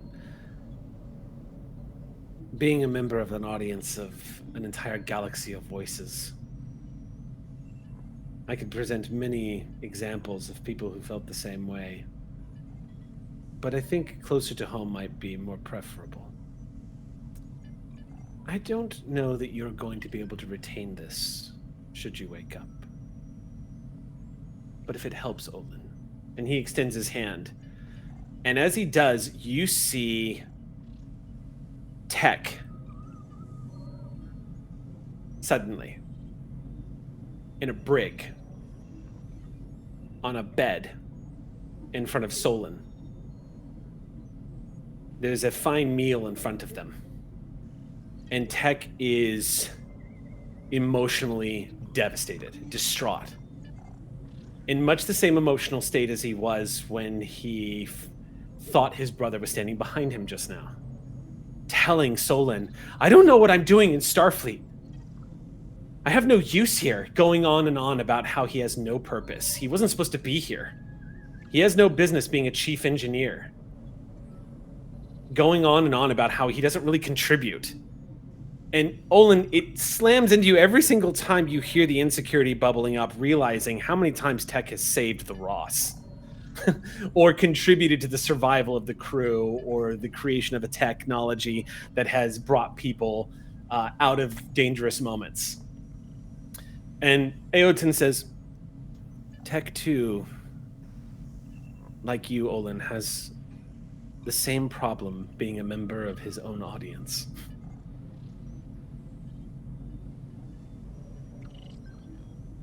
If you can't find anything other than doubt in your mind, look to the people around you. Because I doubt if you asked your crew of the Ross that you don't contribute or that you're on the sideline, I doubt you would find they agree with you. I believe it was you, if I remember your memory correctly, that helped bring down a corrupt general on Narendra Station. And that set off a chain reaction of events that has saved the Shackleton Expanse and promoted peace within the Romulan Star Empire. One little piece. And it's funny to talk about these things as though I know them. I've never heard of a Romulan Star Empire, but I have to assume that it's important since I can see it in you.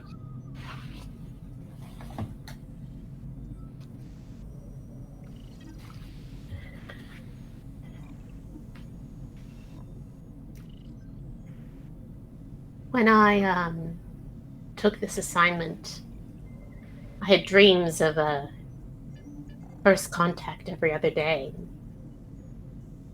Promenade that was always bustling with new faces. The opportunity to shake hands with species we'd never seen before. Exploring planets full of life we'd never encountered. The opportunity to connect with the crew. For every step forward, it always feels like there are 3 steps back. I don't feel like I know anyone here any better than I did when I first got on board. And I don't feel like they know me.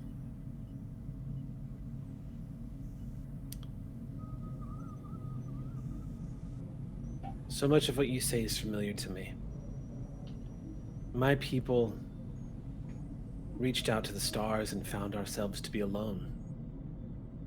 And it's one of the reasons why we laid the groundwork, the seeds as it were, to create you.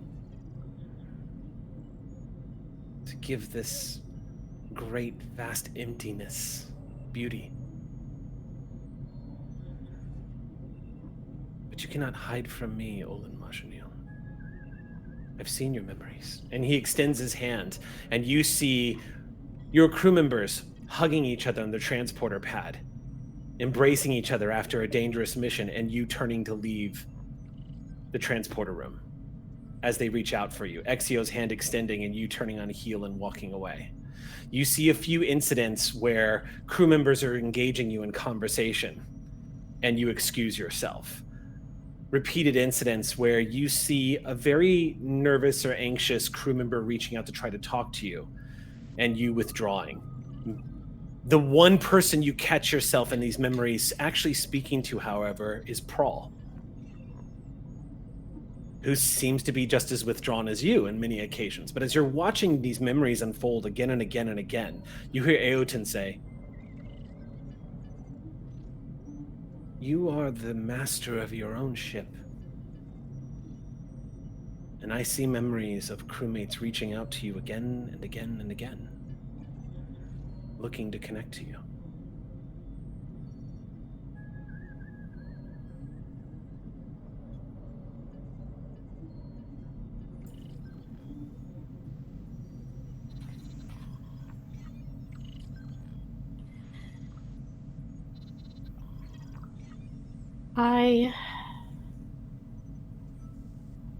I grew up as a curiosity. The people who showed interest in me only did so because, as far as they were concerned, I was an underdeveloped freak. The memories begin to manifest behind him as you're saying all of this. This vivid imagery of things that children would say to you as you were a child growing up. Conversations you overheard your parents having with teachers.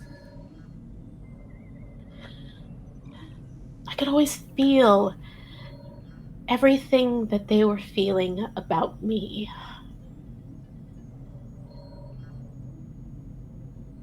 At some point, I stopped being able to tell if the thing I was feeling was what I felt, or if it was what everybody else did. A common problem with empaths. And all of my life, I've been surrounded by this noise that I cannot shut out. I don't know what I feel.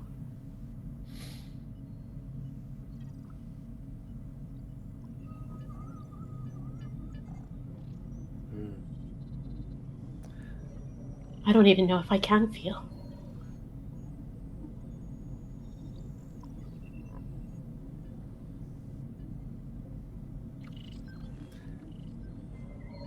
You're at a critical moment, I think. Because you're at a crossroads, I think, Olin, where no one can help you but you. Everyone has presented themselves. It takes an act of vulnerability and courage. And it's not easy. I only know these things because I've seen the tapestry of your memories as I see them all. And I see many examples of confusion and self-doubt. You suffer from a malady that my species and many species afterwards have come to call life. And it creates great doubt. The triumph will be waking up to the fact, while you still have it, that you were surrounded by family. You should take a chance. At your own pace, but you should take a chance. Because you might miss it, Olin, as I did.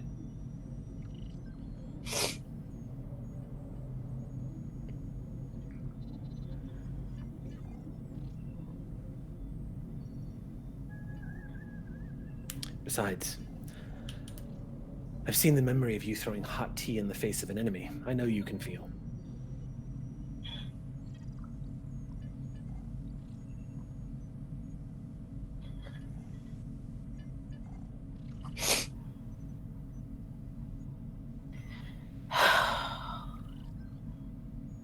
There's a creaking sound. It sounds like the bulkhead of the holodeck is under immense pressure suddenly. And even Aeoten looks a little surprised by that. As you glance up, he looks around as well. And looks over at you, Jane, and says, "Is this someone's memory at work?" And you hear that.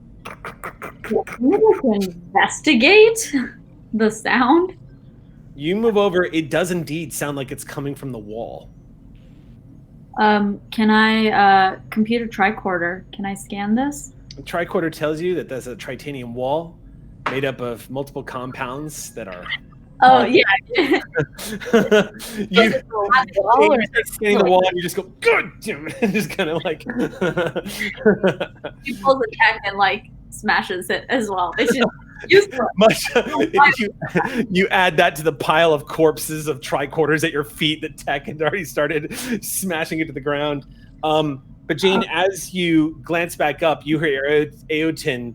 Aeoten, you can feel from Aeoten, Olin, suddenly a burst of anxiety suddenly as you hear him go, this is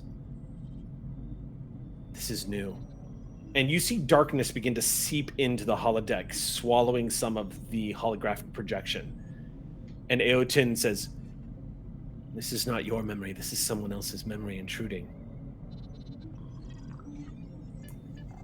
Whose memory is this? We got to figure it out.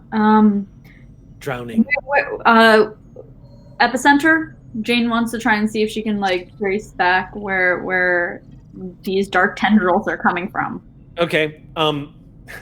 Your instinct immediately is to go for a tricorder, and then you stop yourself. Yeah.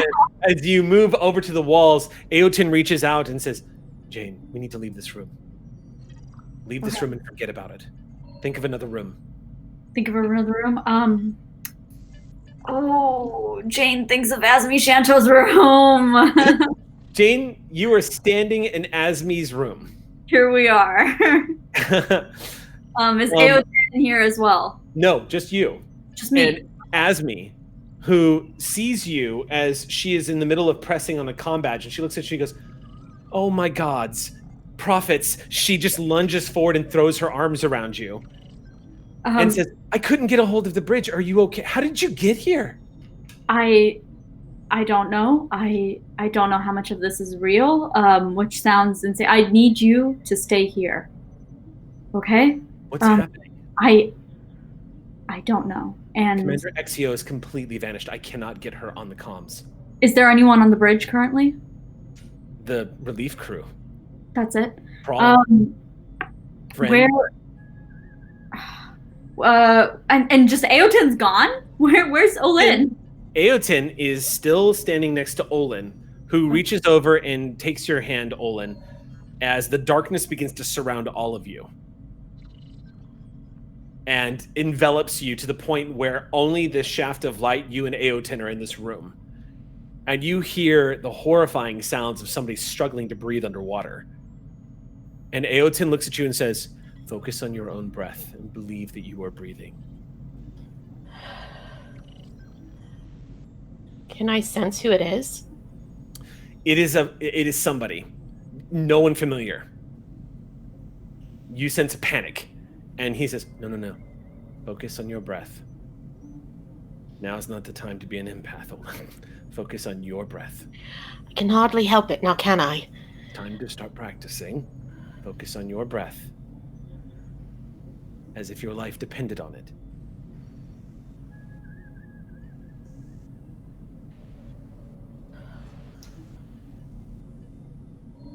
You just breathe and stare at him and breathe. And all around you, you can hear the creaking sound of the water pressure pushing on the holodeck walls and the sound of someone struggling to breathe. And you just hear his voice saying, "Good. Good." We're going to take a 10-minute break. We will be back in 10 minutes, y'all. Will we? I don't know. The second half of this episode. Don't go anywhere. We'll see you in 10 minutes. See you in 10. All right, welcome back, everybody. We're going to go ahead and jump right back into the game when we left off. Normally, I will say, as a group, we take an opportunity when a 10-minute break comes along to get up, stretch, move, get water, do what we need to do. Everyone pretty much stuck around and just debated on what they were going to do next. So I love you guys. Don't say that part out loud. It has to look effortless, Eric. How I just dare! love how we take a 10-minute break and I get up and leave, and all I hear is the entire crew going, "Okay, so we need to do this and this and this. We need to do that." And I come back and I'm like, "Did you guys take a break?" Like, They all know I'm a tryhard. I'm not hiding it now. All right. So I say we're jumping back in, but what we're doing is let us continue, as y'all were saying just a few moments ago. So why don't we pick up where we last left off? Darkness had swallowed the holodeck. Reiku, who is in there with Lacat, who blinked out very Exio style, is also gone. It's now just Olin and the progenitor Aeoten, who has been doing a lot of insightful talking about your memories and your past, Olin, and it's a little disarming. The way he's talking is so familiar. And all of that's been kind of pressed aside for a moment because now you're inside. Apparently somebody else's memory has intruded upon the memory of the Ross here. You're currently surrounded by the darkness of water at night. You know it's at night because you can actually see, if you look straight up, the surface of the water and moonlight rippling through the top of the waves overhead. And Can I- Aeoten has gotten you to focus on your breath and to focus on you and not the feelings that you're experiencing. It has actually caused you to find some respite. Also, with the knowledge that this is a memory that has been stored here, meaning whoever experienced this survived this encounter. So the anxiety begins to sort of sink away for a second.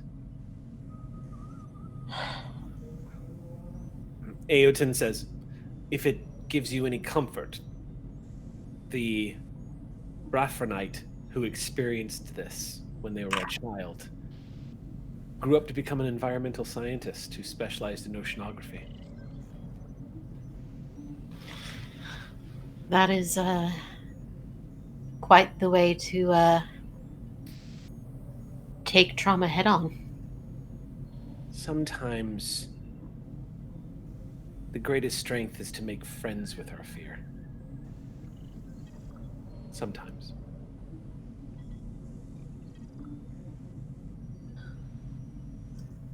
Don't suppose there's any way out of this. I don't know. I haven't seen this happen before. It might be that the disk is degenerating further than I thought. I wish I could get it.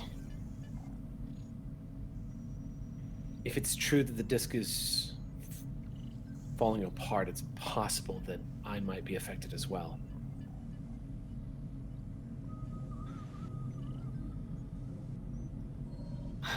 Well,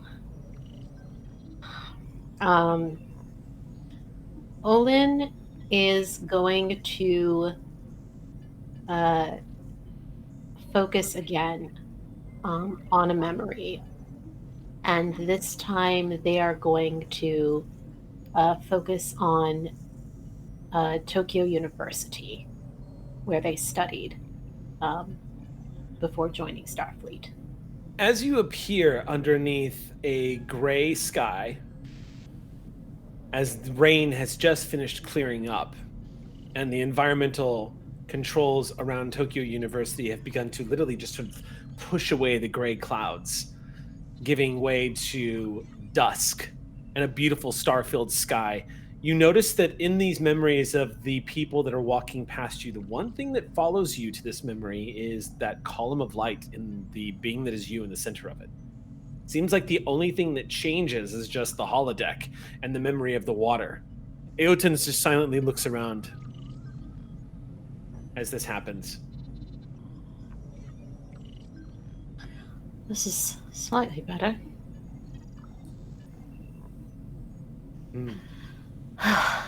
Haven't been here in years.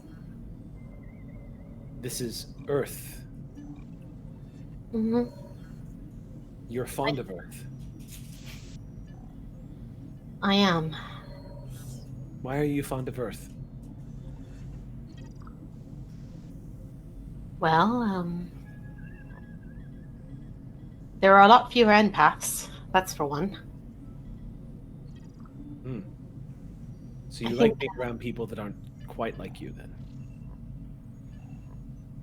I like being in places that are diverse. It's not diverse on Delton. Not in the same way, no. There are so many different ways of thinking and of being. You can walk around any corner and meet just about anyone. And of course, yes, there are more humans than other species, but this feels like an epicenter. Things are always happening here. Well, like the Ross.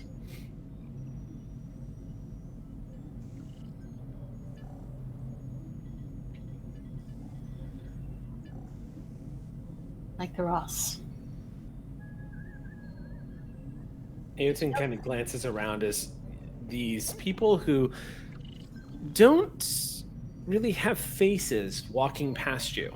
It's not scary, but you don't have exact memories of the people that milled about. They all seem rather faceless as they're moving about, and they seem warm and friendly and kind of going about their business. You can kind of hear the din of voices as they chatter with one another, shake hands as they meet in the street, and move on.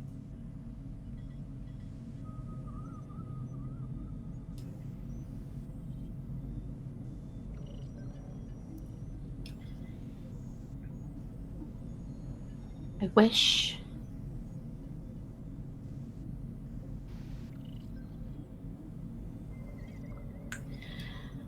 there's a saying in one of the Earth's older pieces of entertainment. It goes, "Don't wish, don't start. Wishing only wounds the heart."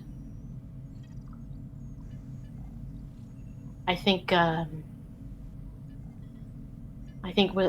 Ross was the first time I dared to wish for anything new in a very long time.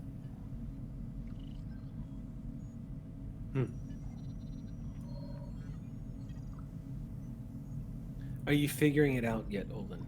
He turns and looks at you. Do you understand that you are the key to all of this yet?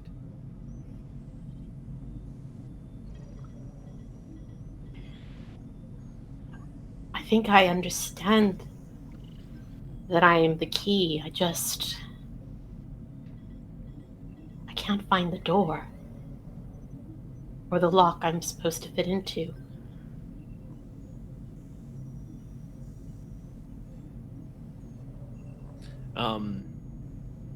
What is going on in main engineering with Aeoten and McCrell? Well, first off, I'm just now getting there because Exio blipped, Right. and I did not.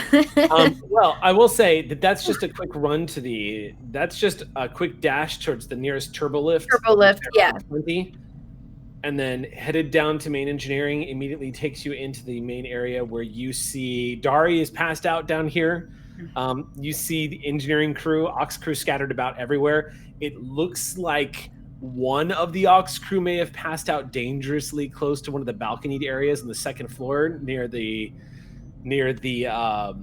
warp core, but luckily,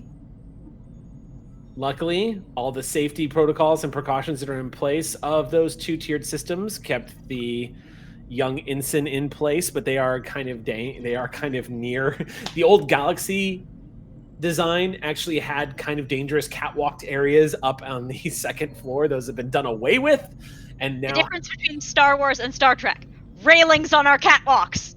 Yes, it's true. Lots of railings, lots and lots of railings. But for the most part, engineering looks like the rest of the ship. The only thing that's very different is the warp core is currently a very dark color. There is no energy coursing through the antimatter chamber right now. It's very unusual to see the Ross with her warp core offline. And yet there it is.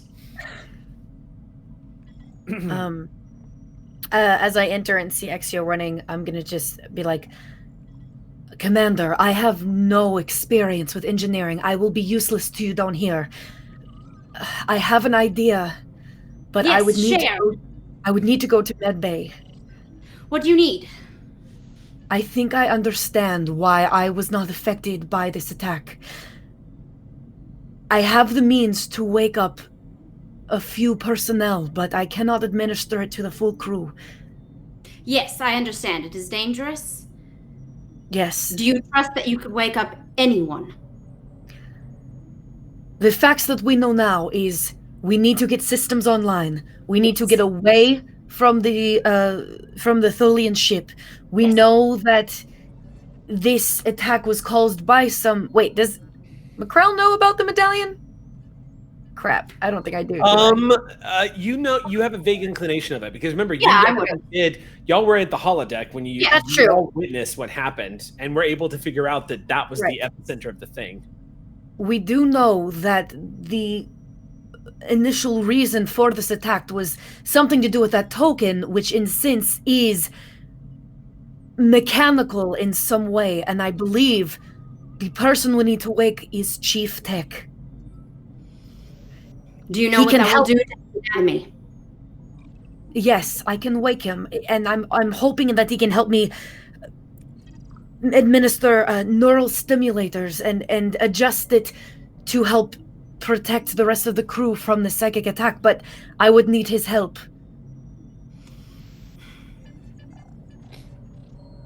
But I need you to let me know that it is okay to do this. The ingredient is Nithon Zone, and the effects are dangerous. Can I do a quick Google search of that word? Nithon Zone. Exio search.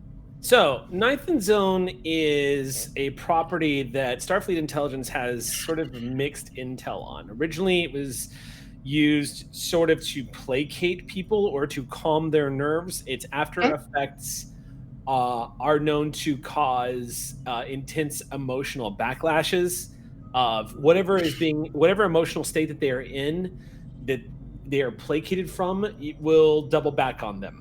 So, example, if someone is in an intense emotional episode and Nithon Zone is used on them, it will cause them to become very pliable and very malleable to suggestion, essentially, as well as calm and collected. When it begins to wear off, it's like the waters that you placed behind the dam break is kind of what it's known for. As a result, is this incredibly addictive? It's not addictive so much as it is just outright dangerous. It's caused some psychotic episodes, and the Dominion was known for using it in interrogation techniques. It is considered an illegal substance in the Federation.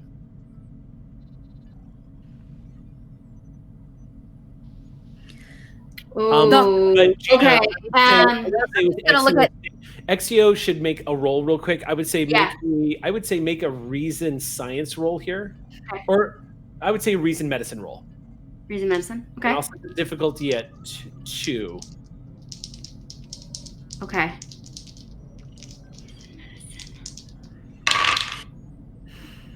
2 successes. Okay. Nithon Zone has been used on Federation worlds in the past. The Vulcans have been known to use it during intense bouts of Ponfar as a way of calming. However, they have not made that a regular practice for the exact reasons I've said. They would only use it in extreme circumstances. And the reason being is, again, it causes the emotion that was dammed up to come overflowing. If you can imagine an enraged Vulcan on speed, that's when you get badness. Kind of the same thing. So it has been used in the past. It is considered illegal. Federation worlds have attempted to use it in the past in extreme circumstances. And because it was outlawed so quickly, its applications have not been fully explored. Okay. And one more thing that I would like to roll for just Exio, knowing the psychological ramifications that this possibly has. Tech is my current patient. Can I extrapolate the damage that would do to him? So I would say make a reason medicine check. Okay. I feel so bad. Actually, insight medicine check would work. Insight medicine. Okay, great. That's way better. Yeah. Difficulty? Your patient's, I would say difficulty is 1. Okay. 2 successes. Okay. Gain that momentum. In tech state, you already know exactly. The problem is the repression of emotion. Yeah. Things that people push down, they lose the ability to keep that shit under control. Yes. And it starts to take more and more hold of them. It is possible that there is a chance that if Mackrell is not able to refine this or use this exactly, and I mean exactly, it is possible that Tech would suffer an intense depressive state that would send him into a spiral. Yeah, okay. At least for a short amount of time. That risk does exist. It would completely depend on Mackrell. Okay. So you kind of see the millisecond of blank research go across Exio. You've probably seen billions of times. And then immediate eye contact and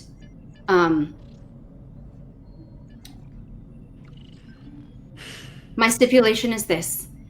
If I can perform any of Tech's duties, I do it first. Tech is a last resort. In my medical professional opinion, it might break him. I understand.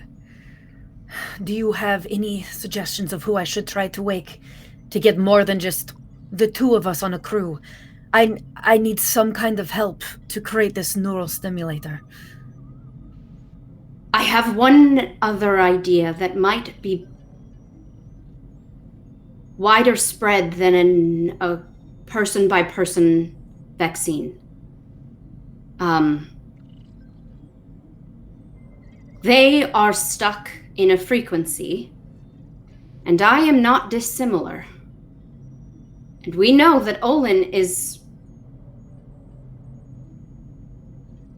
letting off a different brainwave than the rest of the crew.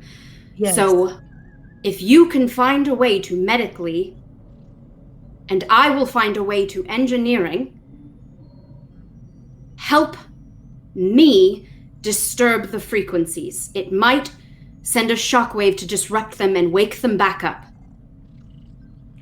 Send me as a sort of virus through the system to reset everyone. You can handle the medical, and I will handle the machine. Or, Exio, if for some reason something happens to where you don't get back to this side, I cannot run the ship by myself. I do not have the experience of flying a starship or engineering. I understand, Doctor. That I can medically...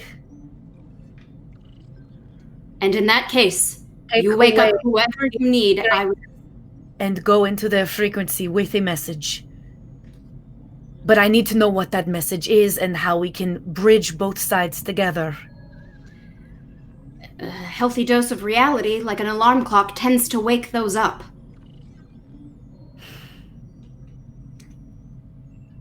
I can be an alarm clock. And if it fails, do what you need to, but I can assure you, there is no other side from me.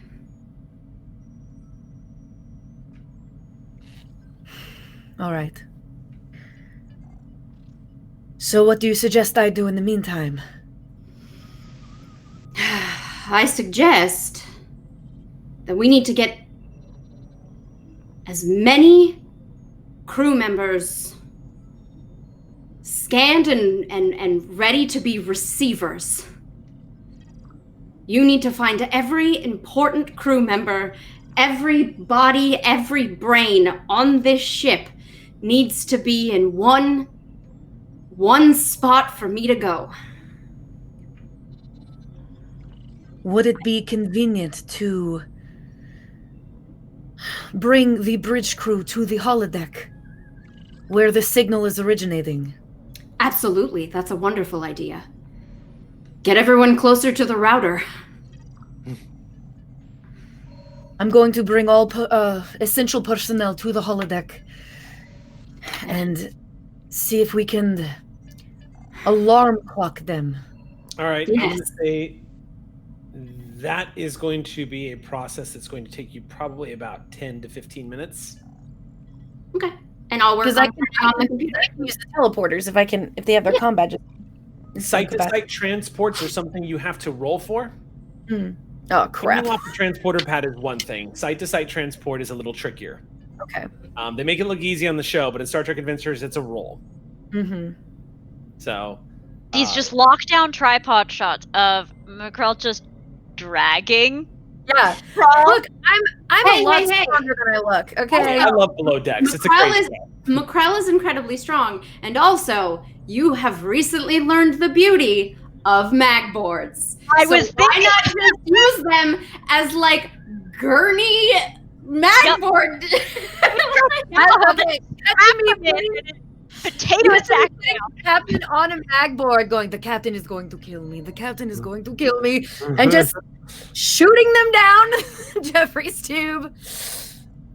All right, so you're basically getting senior staff into the holodeck To try and wake them up all at once. So this is getting everyone. This is essentially just getting everyone down to deck 11.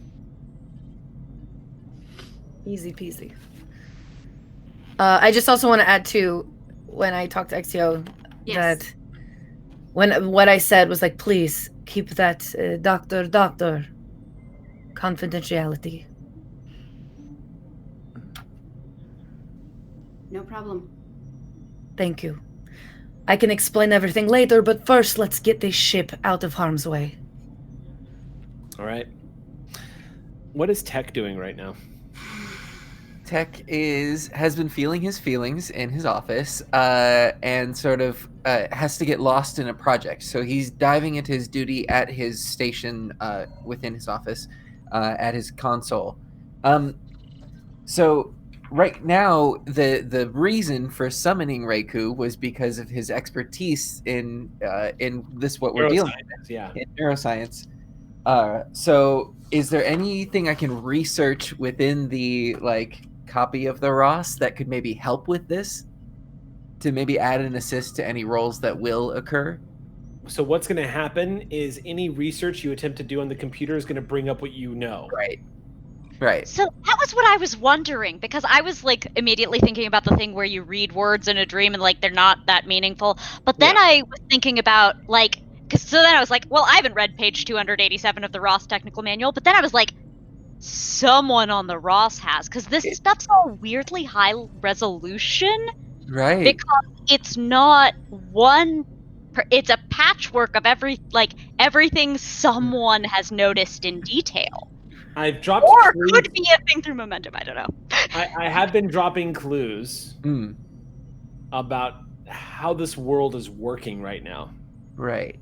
If you want to spend a momentum, yes, I can tell you a fact about your situation. Please do. Okay, so burn that momentum. Done. People who are interacting in this state are the ones that are experiencing things as they are. So, for example, there's somebody on the ship that knows neuroscience like the back of their hand. And they're going to do great when they look up stuff on the computer about neuroscience, even though it's going to be stuff they already know. You looking up stuff about neuroscience, however, is going to come off like stuff you might have read somewhere. Your memory of right now, you are accessing your memory of what you know. And so you are getting garbled memories popping up across the computer screen in front of you. However, the vivid detail that you are experiencing with the computer screen right now is probably dramatically different than what a neuroscientist is going to experience in an engineering bay. Do you know what I mean? Yeah. Okay. So it's all of these paradigms kind of they're working in the same synchronicity, but they're all being experienced differently.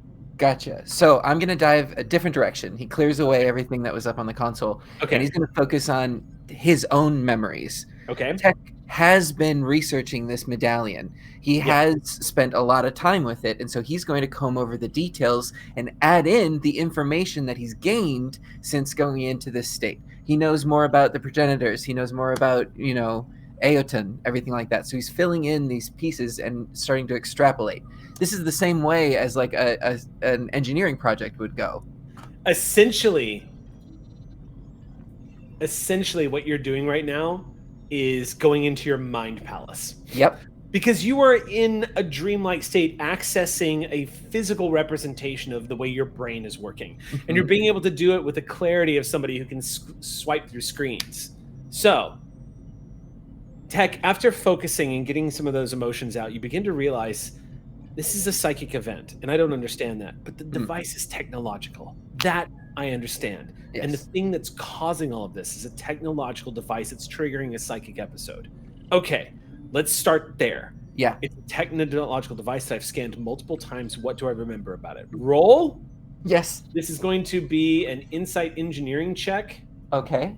And I'm going to set an unusual task on this. I'm going to set a scaling difficulty. And I'm going to give you information based on how well you roll. So right now, it's going to be a difficulty 0. Copy. And then I will give you a snapshot depending on how many successes you get, and then if you want more, that's when we'll jump into obtain information. I would like to burn a value, please, a determination. Okay. So you're starting off at 2. What determination are you burning? Either technology makes life better, or everyone can be helped. Or don't hear Everyone listen. can be helped is perfect. Okay. So that's 2 successes. Okay, you get 2 successes automatically. Oh, and I rolled double 8s, which is 2 more successes. So that is 4 successes. Okay. And yes. Yes. Breaking this down, a technological device, it triggered when it got into the hands of an empath. Aeoten has hinted that the device might be in a degenerative state right now because of its age. We could build a new one. Which, well, possibly. But what it means is something an anomaly occurred when it came into contact with Olin that triggered this. Right. When you break all of this down, what it comes down to is Olin is the key to everything. Yes. But where's the door and the keyhole? Right. Olin is the key to all of this. Mm-hmm. Everything that is happening right now. Think of it like a shockwave event that explodes outwards and is being sustained. Yeah. How do you get it to go back?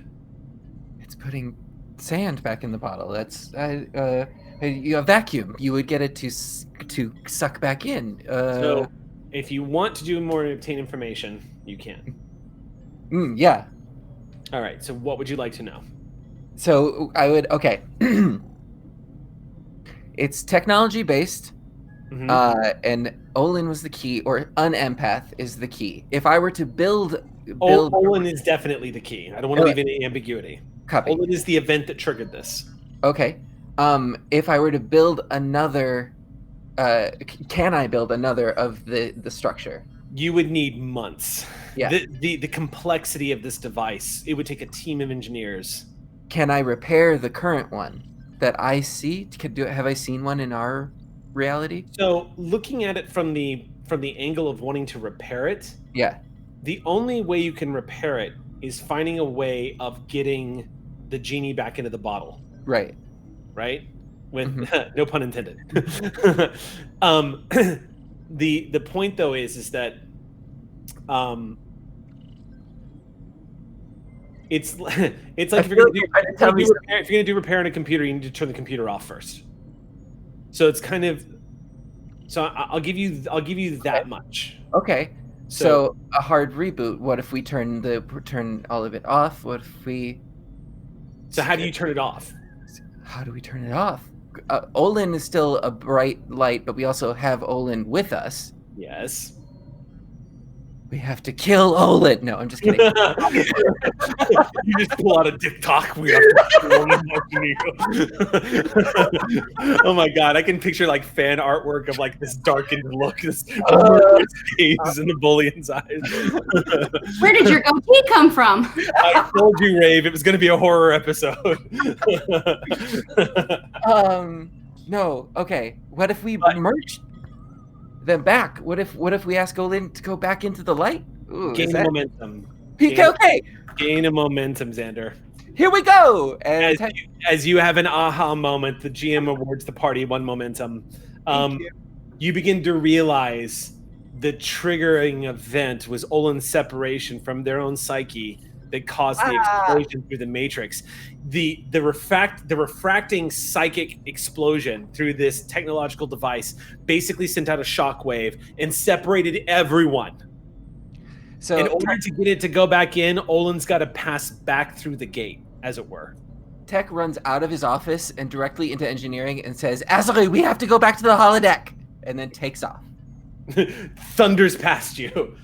And Dari goes, I'll keep working, sir. Good. See that you do. And Dari... Its feelings better than I thought. Dari, doing as you ordered, Captain, whatever the outcome of this, you are keeping the crew collected, busy, and calm. The crew is not focused on the fact that nothing is working the way it's supposed to and that everyone is breathing when they shouldn't be breathing. So you dash out. We are going to cut now to Chanto's quarters.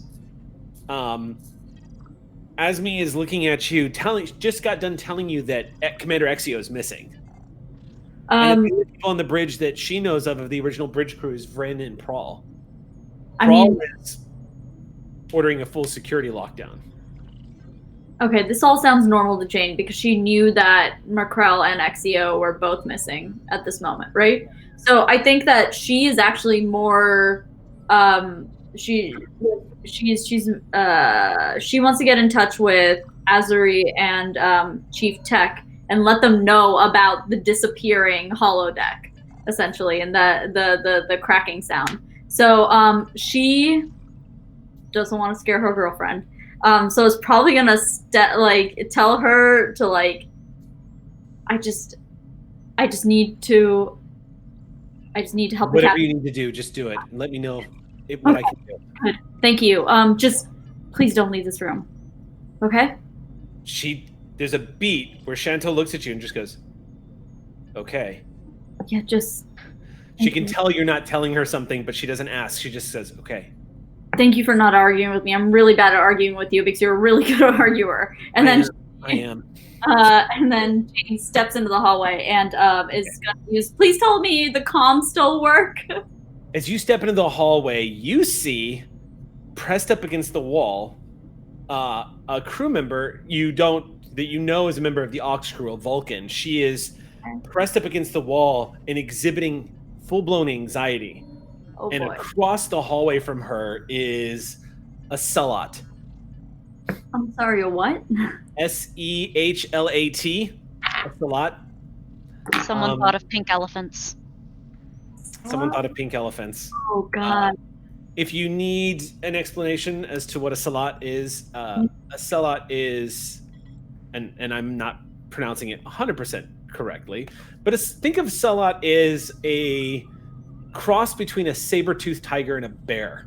And they're native to Vulcan. They're native to Vulcan. Spock had one as a child, apparently. Oh, I'm looking at them right now, buddies. And it's a highly lethal predator that's native to Vulcan. Okay. And it's currently backing this Vulcan up against the wall. Oh boy. Okay, so Jane wants to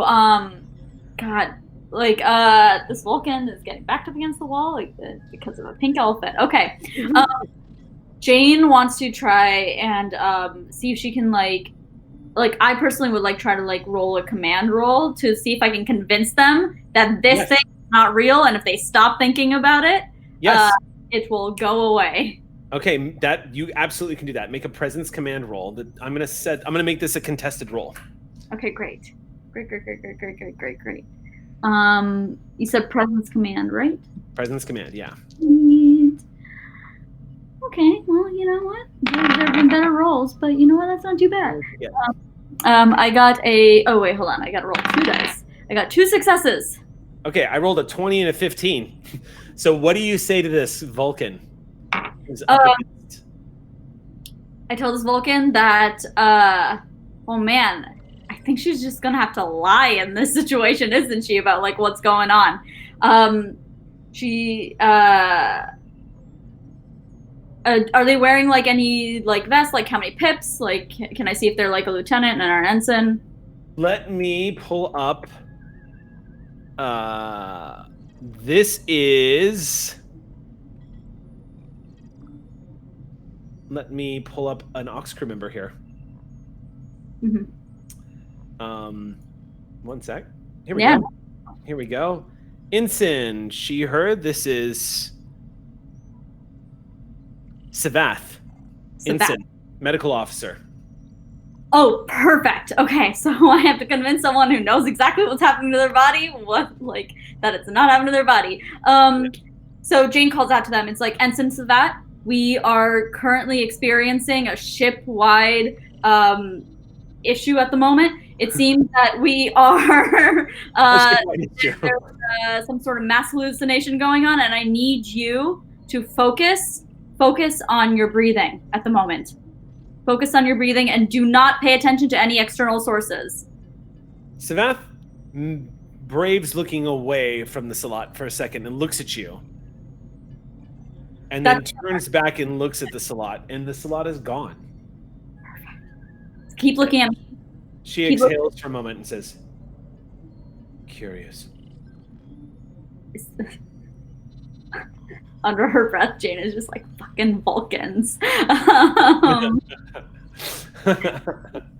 That's all she has to say. Space elves.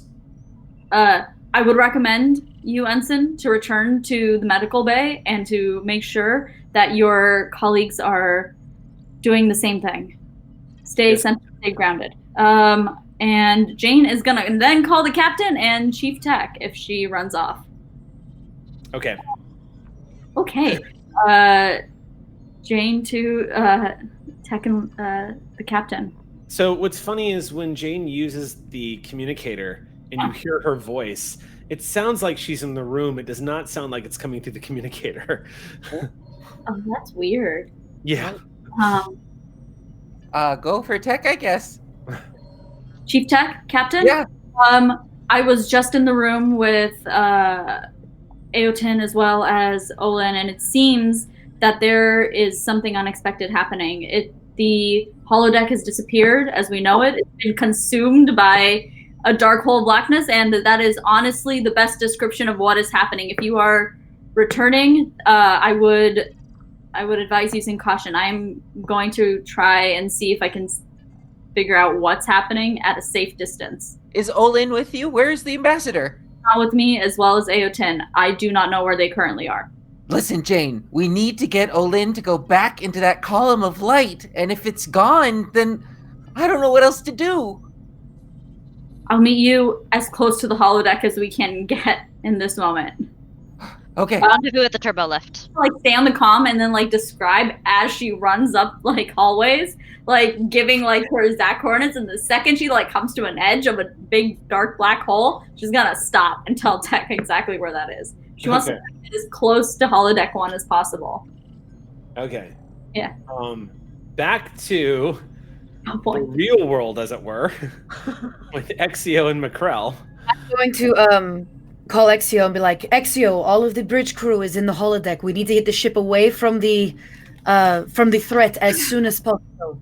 And as this audio is coming out, you just see like this just blips of Exio at different locations within engineering, like turning things on and tap, tap, tap, tap, tap, and then over here, and then up there, and then over there, and just like being the crew trying to get the system back on.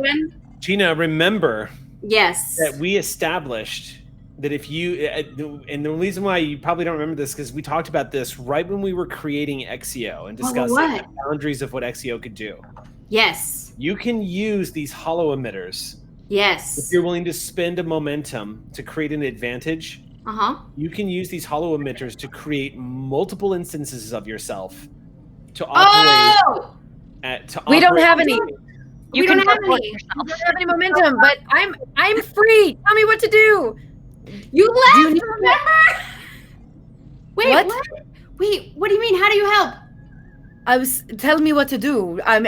Do you need me in engineering? Do you need me on the bridge? You can do a roll to trigger a difficulty 0 check if you wanted to do something that. Let me check his pulse. Yeah. Make sure he's still alive. It has to be. You can't just harvest momentum. It has to be relative to what happened. Yeah. You can't be like, I'm gonna brush my teeth. Well, can I, in a weird way, can I roll my system tap? Like, can I, like, instead of being multiple me's within the thing, like, asking the computer for help? To help me replicate? You could use the EMH. I was about to say, I was just going to suggest that. Oh, but does the EMH have intel on how to turn on engineering? The EMH is mostly a medical program, but but the modern EMHs do have. I mean, this is actually not a stretch at all. The modern EMHs do have the capacity to help in emergency situations like this and function as auxiliary crew members. I'm gonna say I'm in the med band. I'm gonna go activate emergency medical program. Please state the nature of the medical emergency. Report to engineering. Excuse me? is hard to explain. Exio will fill you in. No, she won't. You're welcome to the crew, and I'm just gonna... you have to go and do things. There is no medical emergency. We have a ship-wide emergency. You hear the sirens. It's very bad. Red alert. We need you to get to engineering. Exio will tell you what to do. He leans forward and says, "Would you like a sedative before I go, Doctor?" I'm just gonna pick up my tea. I am fine. I'm Good. going to drink my tea. Trust you'll be here alone, so you won't cause anybody else anxiety. Doctor, so we engineering, have... okay. Doctor, And we have no he- crew. You are the crew. Okay, Report okay. to So engineering. hold up. There's crosstalk. So what do you say to him? I said, Captain, we have no crew. You No. are the crew. Doctor? Report to engineering. Are you talking to the captain or are you talking to the doctor? Sorry. I was- Who are you talking to? You said captain just now. I just trying to get. I'm a little Yes, confused. Captain? Yes, Yeah. you just said captain. We have Oh. no crew. You're telling the Doctor. EMH. You're Yes, telling I'm the the EMH doctor. that there I'm is no confused. crew and. Yeah. Doctor, Okay. we have no crew. You are the crew. Report to engineering. Okay, got it. So you're giving the EMH the order to report to engineering and function as crew, essentially. You're mapping that out. Okay. So the EMH, the EMH kind of quirks an eyebrow and says, "I'm a doctor, but I don't need to finish the rest of that sentence, as I'm sure you know how it will go." And moves and says, "Computer, activate Holo Protocols Engineering Main Bay." Disappears. The EMH appears in main engineering. Is that where you are right now, Exio? Yes. Please state the nature of that. Never mind. What can I do down here that I'm not designed to do? Well, it seems that you and I need to turn the entire ship back on. Excellent. Well, they're leaving it into the hand of holograms.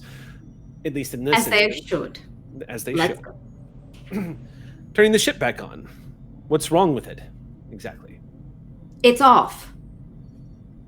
Well, you certainly exhibit the intelligence of a doctor. Have any idea where the on switch is? I certainly don't. There are several. Is there a way that I can download into the EMH program a small engineering program? Yes. That's what I do. Okay. You Let me say give you something. And I just sort of go his to... face goes blank for a second as you interface with the computer and immediately upload your skill set into the doctor's program, which causes him to go, "You're not a No. usual hologram, are you?" No. Good. Perhaps there'll be conversation that's worthy of my intelligence. So, activating So hard. auxiliary powers, protocols. All right, make a roll with the doctor's help to get the engineering warp core back online. All right. Difficulty of this engineering check is this is going to be a control engineering check. The Ross is going to help. The Ross is going to be rolling. This is actually going to be, this will be computers engineering as well for the Ross. Okay. The doctor, what should I have the doctor roll? The EMH is going to roll. I think I'm going to have the EMH roll reason engineering. And the difficulty of this is 3. What am I rolling? You're rolling control engineering. Control engineering. All right. Let's Okay. Can I burn a value Would you so like to that burn? we go beyond, go together? Okay. Absolutely. I'm trying to wake everyone up and keep Okay. us safe. Okay. Tell me what you roll. Hey. What is your engineering skill? A 2. And what is it's a 2? Yeah. I Okay. did roll 2s. So 2. So okay, cool. Oh, that's okay. He rolled a 7, so he's gonna hit it. I also rolled 2 7s. Okay. What'd you get? You rolled I a 7? also rolled a 7. Yes.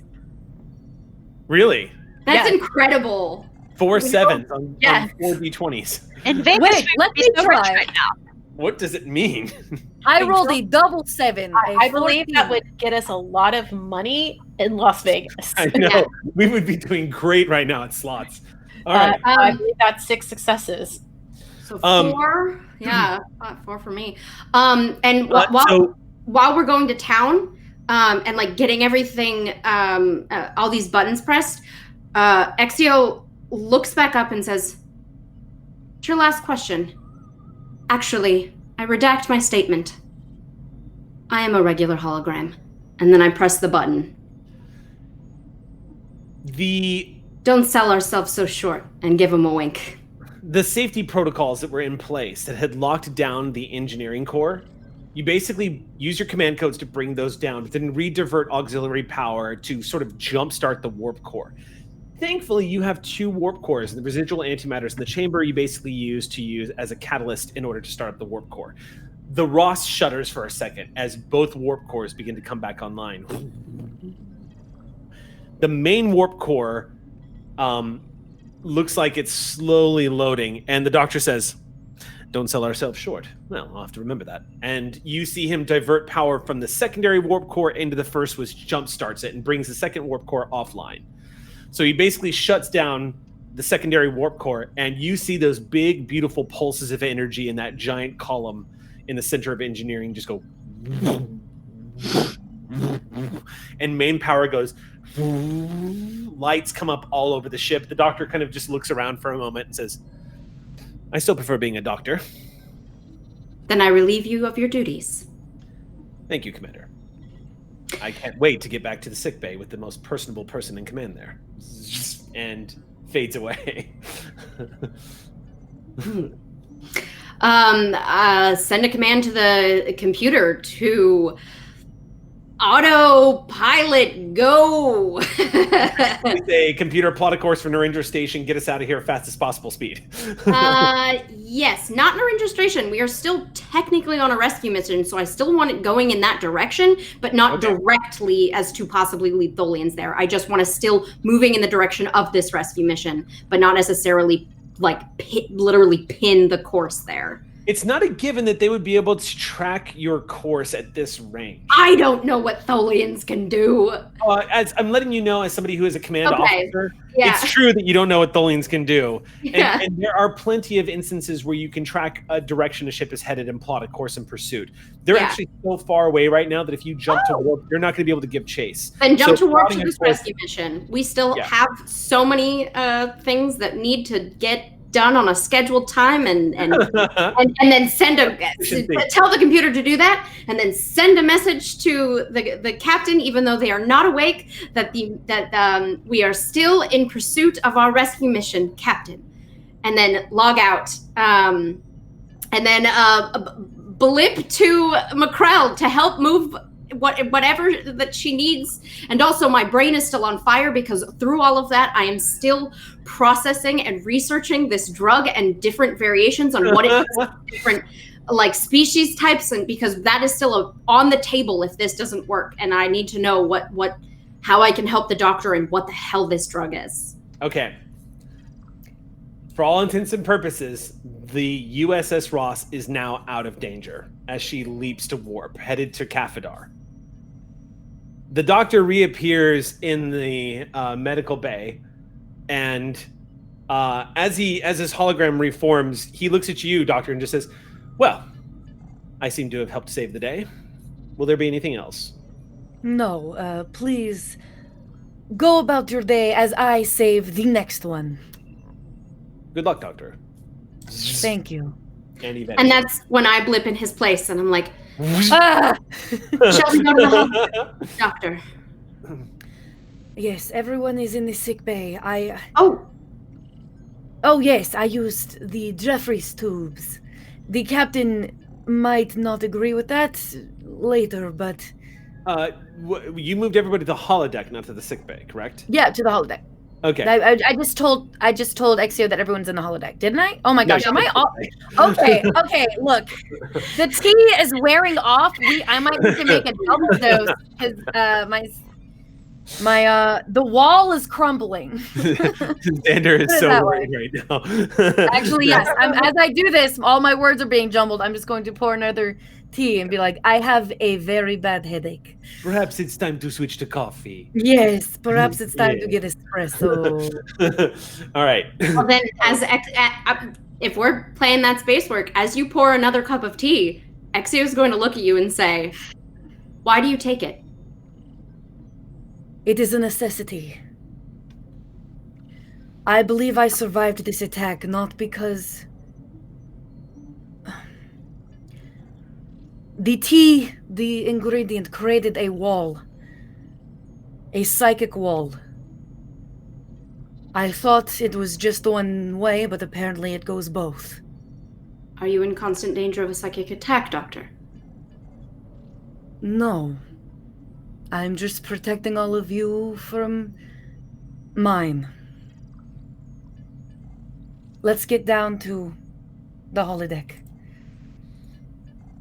Okay. I continue to walk as I process that her medical file has no indication of psychic ability. Arriving at the holodeck is rather serendipitous because in your world, you both arrive at the doors of the holodeck, and in the dream world, Lacat, Sol, and Tech merge at the doors of the holodeck. Oh, it's still here. What's that? It's still here. That's still here. Are we hearing the same sound by any chance? No, you don't hear anything inside. All right.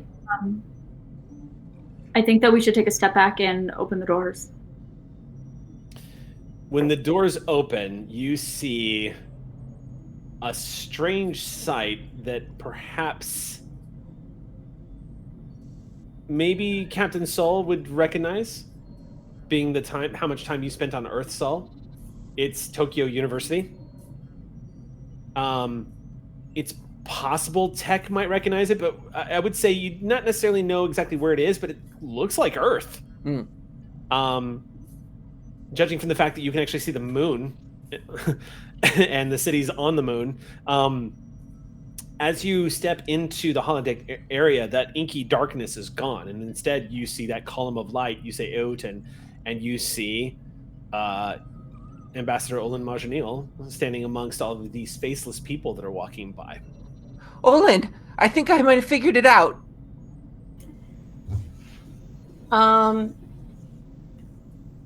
There's something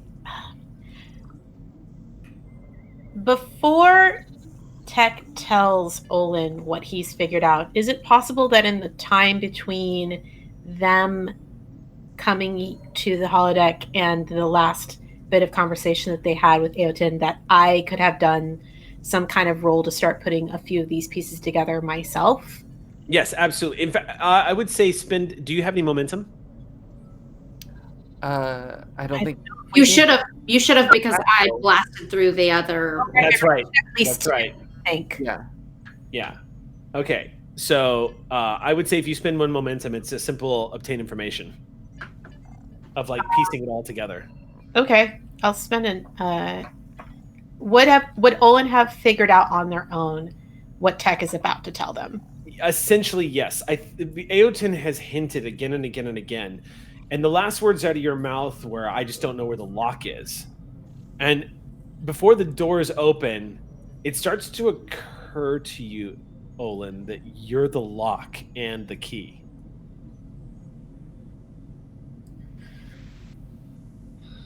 I think I know what you're going to say, Tech.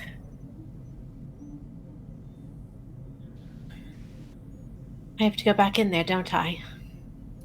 I mean, I don't want to have to ask you to do something that you don't want to do, but I think it's our only chance, so no pressure, but you know.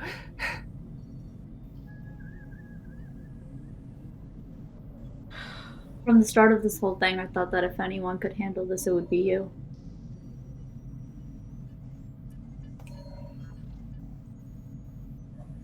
There is no one I have ever had in my life, aside from my parents, who has ever had so much faith in me, Jane. Jane would like to hug Olin. Olin would like to hug Jane. When the two of you hug each other, for a brief moment, the landscape around you changes from Tokyo University to the ruins of Cardassia Prime, to the space where Olin and Jane first met during the Federation relief missions that were taking place after the devastation the Dominion visited upon Cardassia Prime in the aftermath of the Dominion War.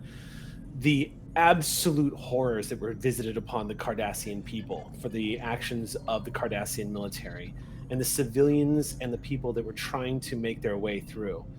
All of you can see the horrors of the Dominion War and what Cardassia suffered for their part in it. The devastation is extraordinary, and amongst all the runes and the people shouting and lifting debris off of other people and hunkered down eating foodstuffs, and Federation medical personnel handing out like hypo sprays and helping people, standing amongst all of that is Lacat and Olin. And Lacat suddenly looks younger and is not wearing a Starfleet uniform. Lacat looks like she might be a good 6 years younger, perhaps, maybe more, but looks like a young woman that's just found a friend amongst all of this madness. All of you become aware that you're looking at a piece of history that has unfolded, and serendipity led these two back into each other's paths once more. As the two of you look at each other for a moment, you see Olin as they were that day. They weren't wearing the refinery of a diplomat. They were wearing somebody who was ready to get down into the muck and help where they could. As a part of a delegation that was here to meet with some of the leaders, that delegation also moved throughout a lot of the camps that were being erected to create shelters and environmental systems being installed and all that other stuff. Your Federation officer friend, Rave, that Federation officer who introduced you to the ambassador, who told you, I know someone who might be able to help you if you're serious about this Starfleet thing. Yeah. You can actually hear the echoes of that voice behind you, all around you, as you and Olin embrace among the wreckage of a once great civilization.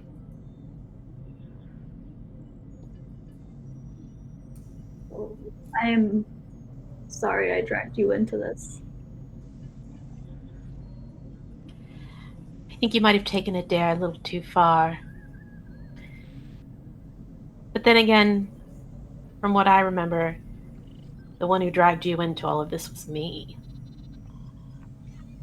Which, if I remember correctly, was a dare I took too far. I might have helped a little bit. Just a little. I do believe that if anyone can do this, it is you, though.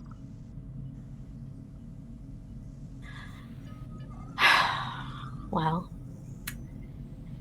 it certainly does no good to only live out your best days in a dream. What did you hear the first time you went in there? Everything. Nothing. Felt I might die. It's possible I go in there and I don't come out. And if that happens, I need you to know. If that happens, I am following you right in there and dragging you back out. That is not going to happen. If Jane Lacat, I bet you can't figure out some way to keep going without me. I hate you. Jesus. I love you, little sister.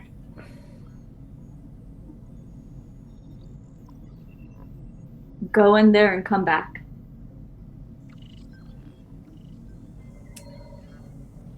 Well, unfortunately, you can't order me to do anything.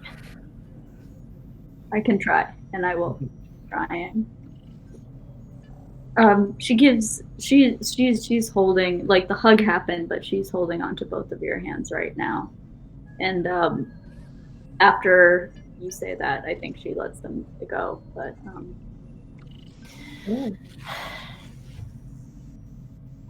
Captain?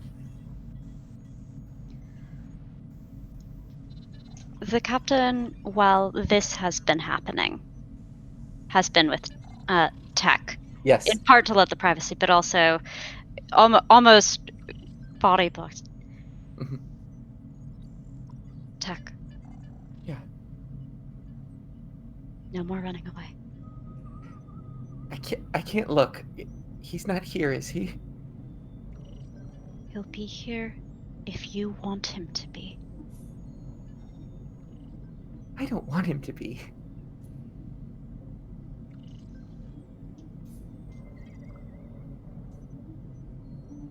I don't want him to be. Then he's not. And Tech's gonna take a deep breath and just sort of close his eyes and like back away from everything. Okay. When he opens his eyes, I just want to have a platter of like potato pancakes or something. Azuri's soul was like, you know what? If this is really like the Dream Warrior shit, then I'm just gonna manifest some goddamn potato pancakes. So good. Just the first thing that I think Tech cooked for Sol. That the thing that appears is their memory together. Okay. The things we want to have. All right. And so that happens, and then at that point, And on the they'll turn to outside, Alden. while all this is happening, on the outside, we have McCrell preparing to wake someone up. Mm-hmm. So what are you going to do, McCrell? Because this is all going to time out in a really wacky way. Yeah. Well, we don't really have an answer to the frequencies or... Are you gonna? We You're gonna have to wake wake up. You were gonna wake up Olin, correct? We're going to try. Okay. If I can get to them. So, going into the holodeck, you see that light. You and Exio can see that light still, and the person in the middle. Theoretically, you're not going to suffer the same issues that Exio suffered. You haven't attempted to touch Olin. You're not sure if anything would happen. But that's the only way to get that hypo spray into Olin.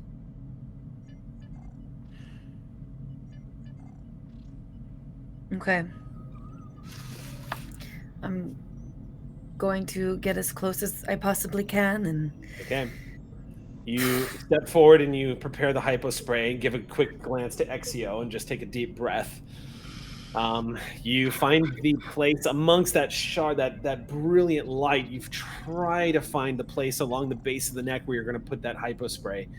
You take a deep breath, and the same moment you reach into the light and make contact and depress the button of the hypo spray, your reality shatters.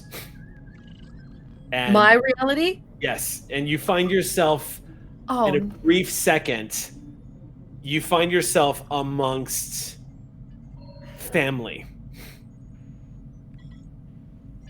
Your family staring at you, surrounding you, surrounded by members of your culture, all of them scrutinizing you. You can hear the native tongue of a few of the elders demanding to know how it is you know the things you know. You can hear the accusatory tone. You can hear your mother pleading for mercy, pleading for your life to be spared. That there's nothing here. Please, she's nothing special. She's nothing special. You hear your mother repeating it over and over, contradicting what you know she tells you at night every single time when you're going to bed, pleading to this elder again and again and again. What happens in the dream world, Olin, you are turning to look at everyone, and as you do, Aeoten reaches out to you and says, "It's simple. You're going to step into a sea of 1 trillion voices. Find your voice."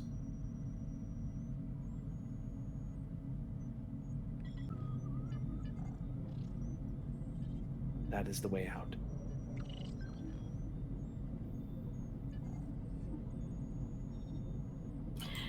This is the worst and the longest line of cosmic jokes I've had to deal with these days.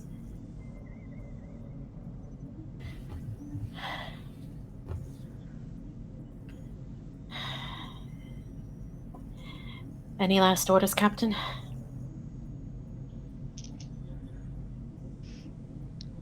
Go forth into this new frontier. See you on the other side. Mm-hmm.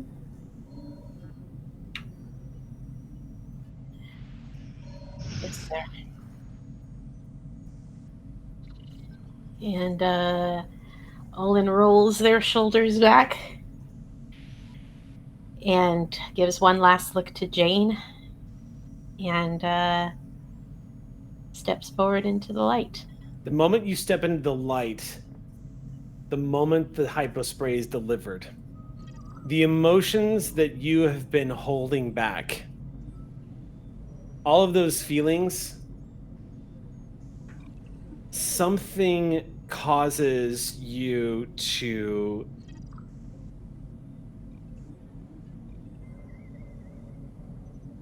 see them as opposed to hear them. And it's a conceptual vision that you step into.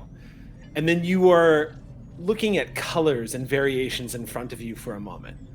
But it's just the calm before the storm, because then the avalanche of trillions of voices slam into you like they did before. They fill your mind all at once. It goes beyond verbal description to explain what it sounds like when galaxy of people from time-spanning eons are all talking at the same time, each telling you their experiences, their fears, their hopes, their anxieties, their self-doubt, their anger, their rage. The chemical that is now coursing through your body, having a reaction, causes some of that to actually become easy to let pass by you. But in this place of dream, where things are happening at a different rate, at a different way, you find that as that chemical is pushing through you, you're experiencing two sides. And indeed, in that sea of voices, Olin, you find yourself among trillions and trillions of faces and voices, all talking out of the skies in a mass hallucination that looks like something that would drive anybody easily insane in moments. But in front of you, stepping out of what looks like a pond of still water that is standing vertically, is yourself stepping forward. And the two of you face each other for a moment. And you can see your lips moving, but you can't hear your voice, and you start to slip. You can start to feel the voices that are jamming into your head. It almost feels like they're starting to pull you away and pull you away and pull you away.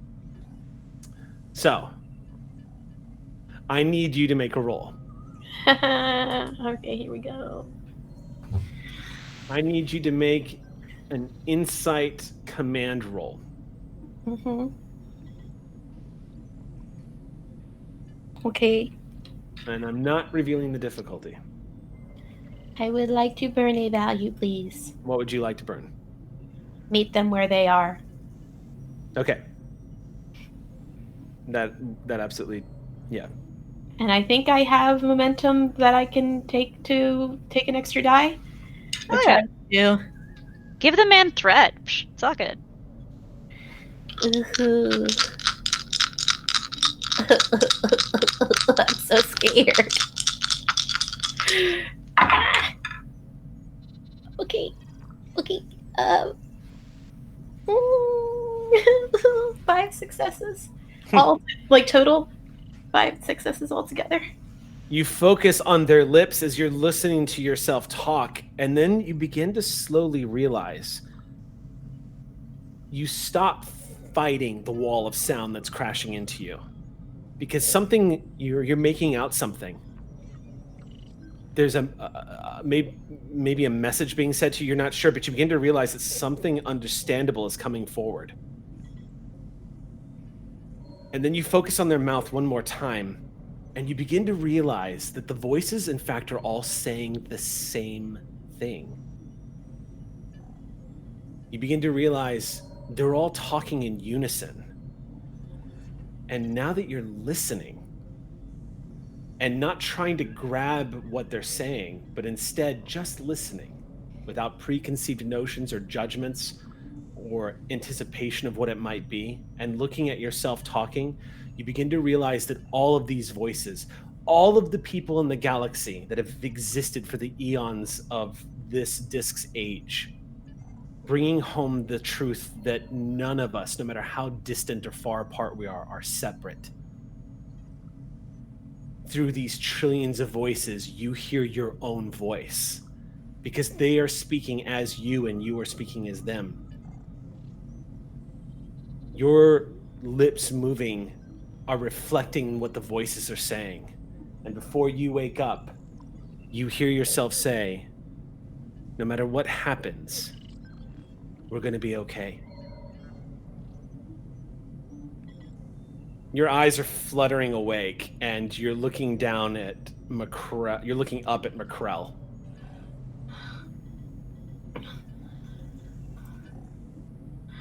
Welcome back, Ambassador.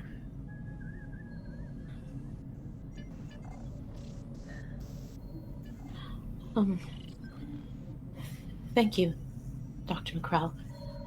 You're going to feel a nice calm. But I'm going to have to take you to sickbay soon.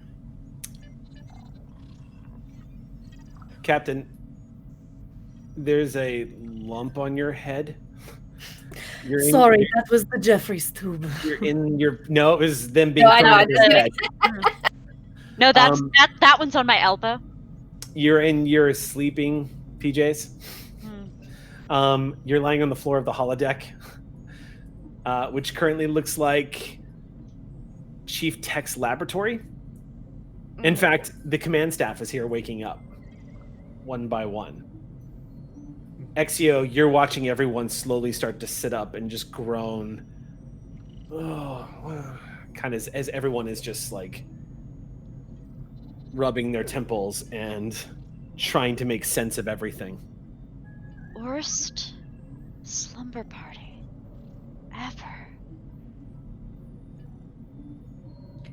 Aeoten is scanning the room, and there is definitely a visible calm happening. But her eyes, one by one after the other, keep always darting back to Macrell. So because we're going to... nothing made sense of what she says. Yeah. We're going to play this like a Trek episode. So we cut to the post scene of what would normally be a captain's log summarizing the events that took place, the fact that the disk seems to be dark again, that it is not being accessed. It whether or not it still functions is difficult to say, but it is once again gone dormant. You are currently on the bridge, Captain. You're not on your head healed, looking at a very handsome 67-year-old botanist on the view screen as you are all in orbit over Cafadar. And you just got done hearing the most frustrating story about essentially a unique fungal growth is only possible using a certain type of metallic alloy, and we didn't have enough of this on hand. So I decided to use our communications array. But you'll be happy to know, Captain, that we have uncovered a brand new species of fungi out here on the edge of the frontier. And I've decided, since you came all this way, to name it the Sol, or Soul Guy. Or maybe Fung Soul. What a little weirdo. You can workshop it while we rescue you. Thank you, Captain. I'll make sure my away team is ready for you. Ross out. You see the beautiful horizon of this hero of botany, Lacat, and he cannibalizes his own communications array, and this is your hero. He's naming it the Soul, Captain. What an honor. It's just Like, I would like to run sensors. She's just gonna go back to her job right now. Right, Captain, so far out of her mind after what they've just been through. She's like, literally send anyone my way. In the final wrap up here, we're going to cut down to Ambassador Olin Majanil's office. The computer that you're sitting at, filled with news of things that have been happening all over the Federation. In the past 48 hours, that have been new negotiation treaties, new trade routes that have been established, new things that are being discussed regarding reparations, new boundaries being drawn, worlds being returned, all of that happening. It's a very quiet version of all the voices that you heard, all of these conversations, all of the things that are not happening on the Ross, the things that you look backwards at as you're traveling out here. And you're kind of just flipping through the news.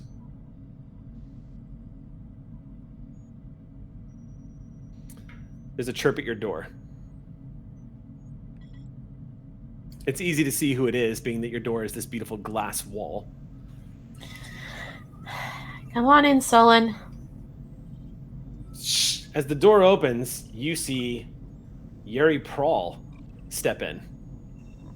Well, that was unexpected. Battlefield tactics. Don't let the enemy know you're coming. Oh, am I your enemy now? Mm-hmm. Why? What did I do this time? You came to your quarters instead of going to 10 forward.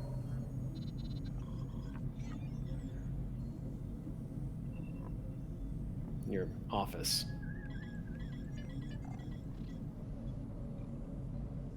Why don't you come join me? I need to socialize with the crew a little bit more, and I thought, if I don't, I'm not going to hear the end of it from Exio or Macrell. And if there's one person I can count on around here to not ask annoying questions.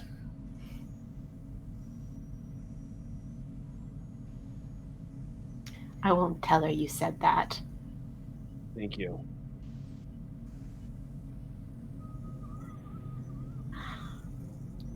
I would love to join you in 10 forward, Commander Prawl.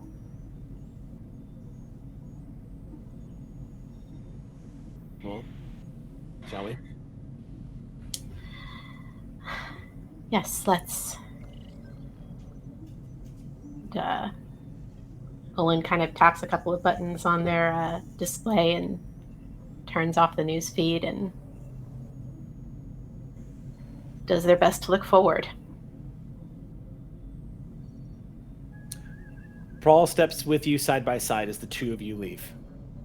The news feed deactivate, leaving a dark console. Nothing behind you now. Only the uncertainty of what's next.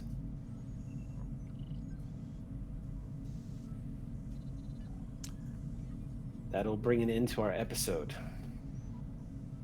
of Clear Skies for the evening. I can totally just hear the theme into credits off that. Mm-hmm. Yeah, you see the pullback of the ship as it's in warp. Yeah, totally.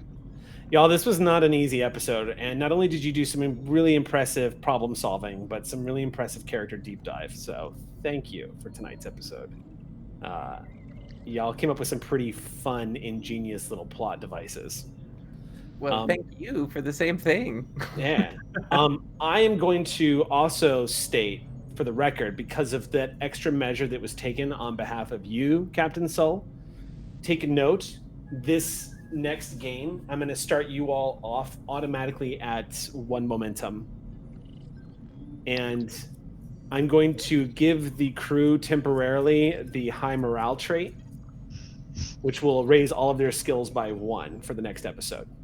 We got morale, y'all. Yeah, because y'all made some solid command decisions to keep morale high, to keep people focused, to keep shit getting done. In an emergency situation, everyone came together and worked well. So I think that's going to set y'all up for whatever comes next. That's a hint that something horrible's coming because he's making us more powerful. No. I'm scared. No. Just give no. himself We're going an to shore leave. threat. We're gonna have shore leave.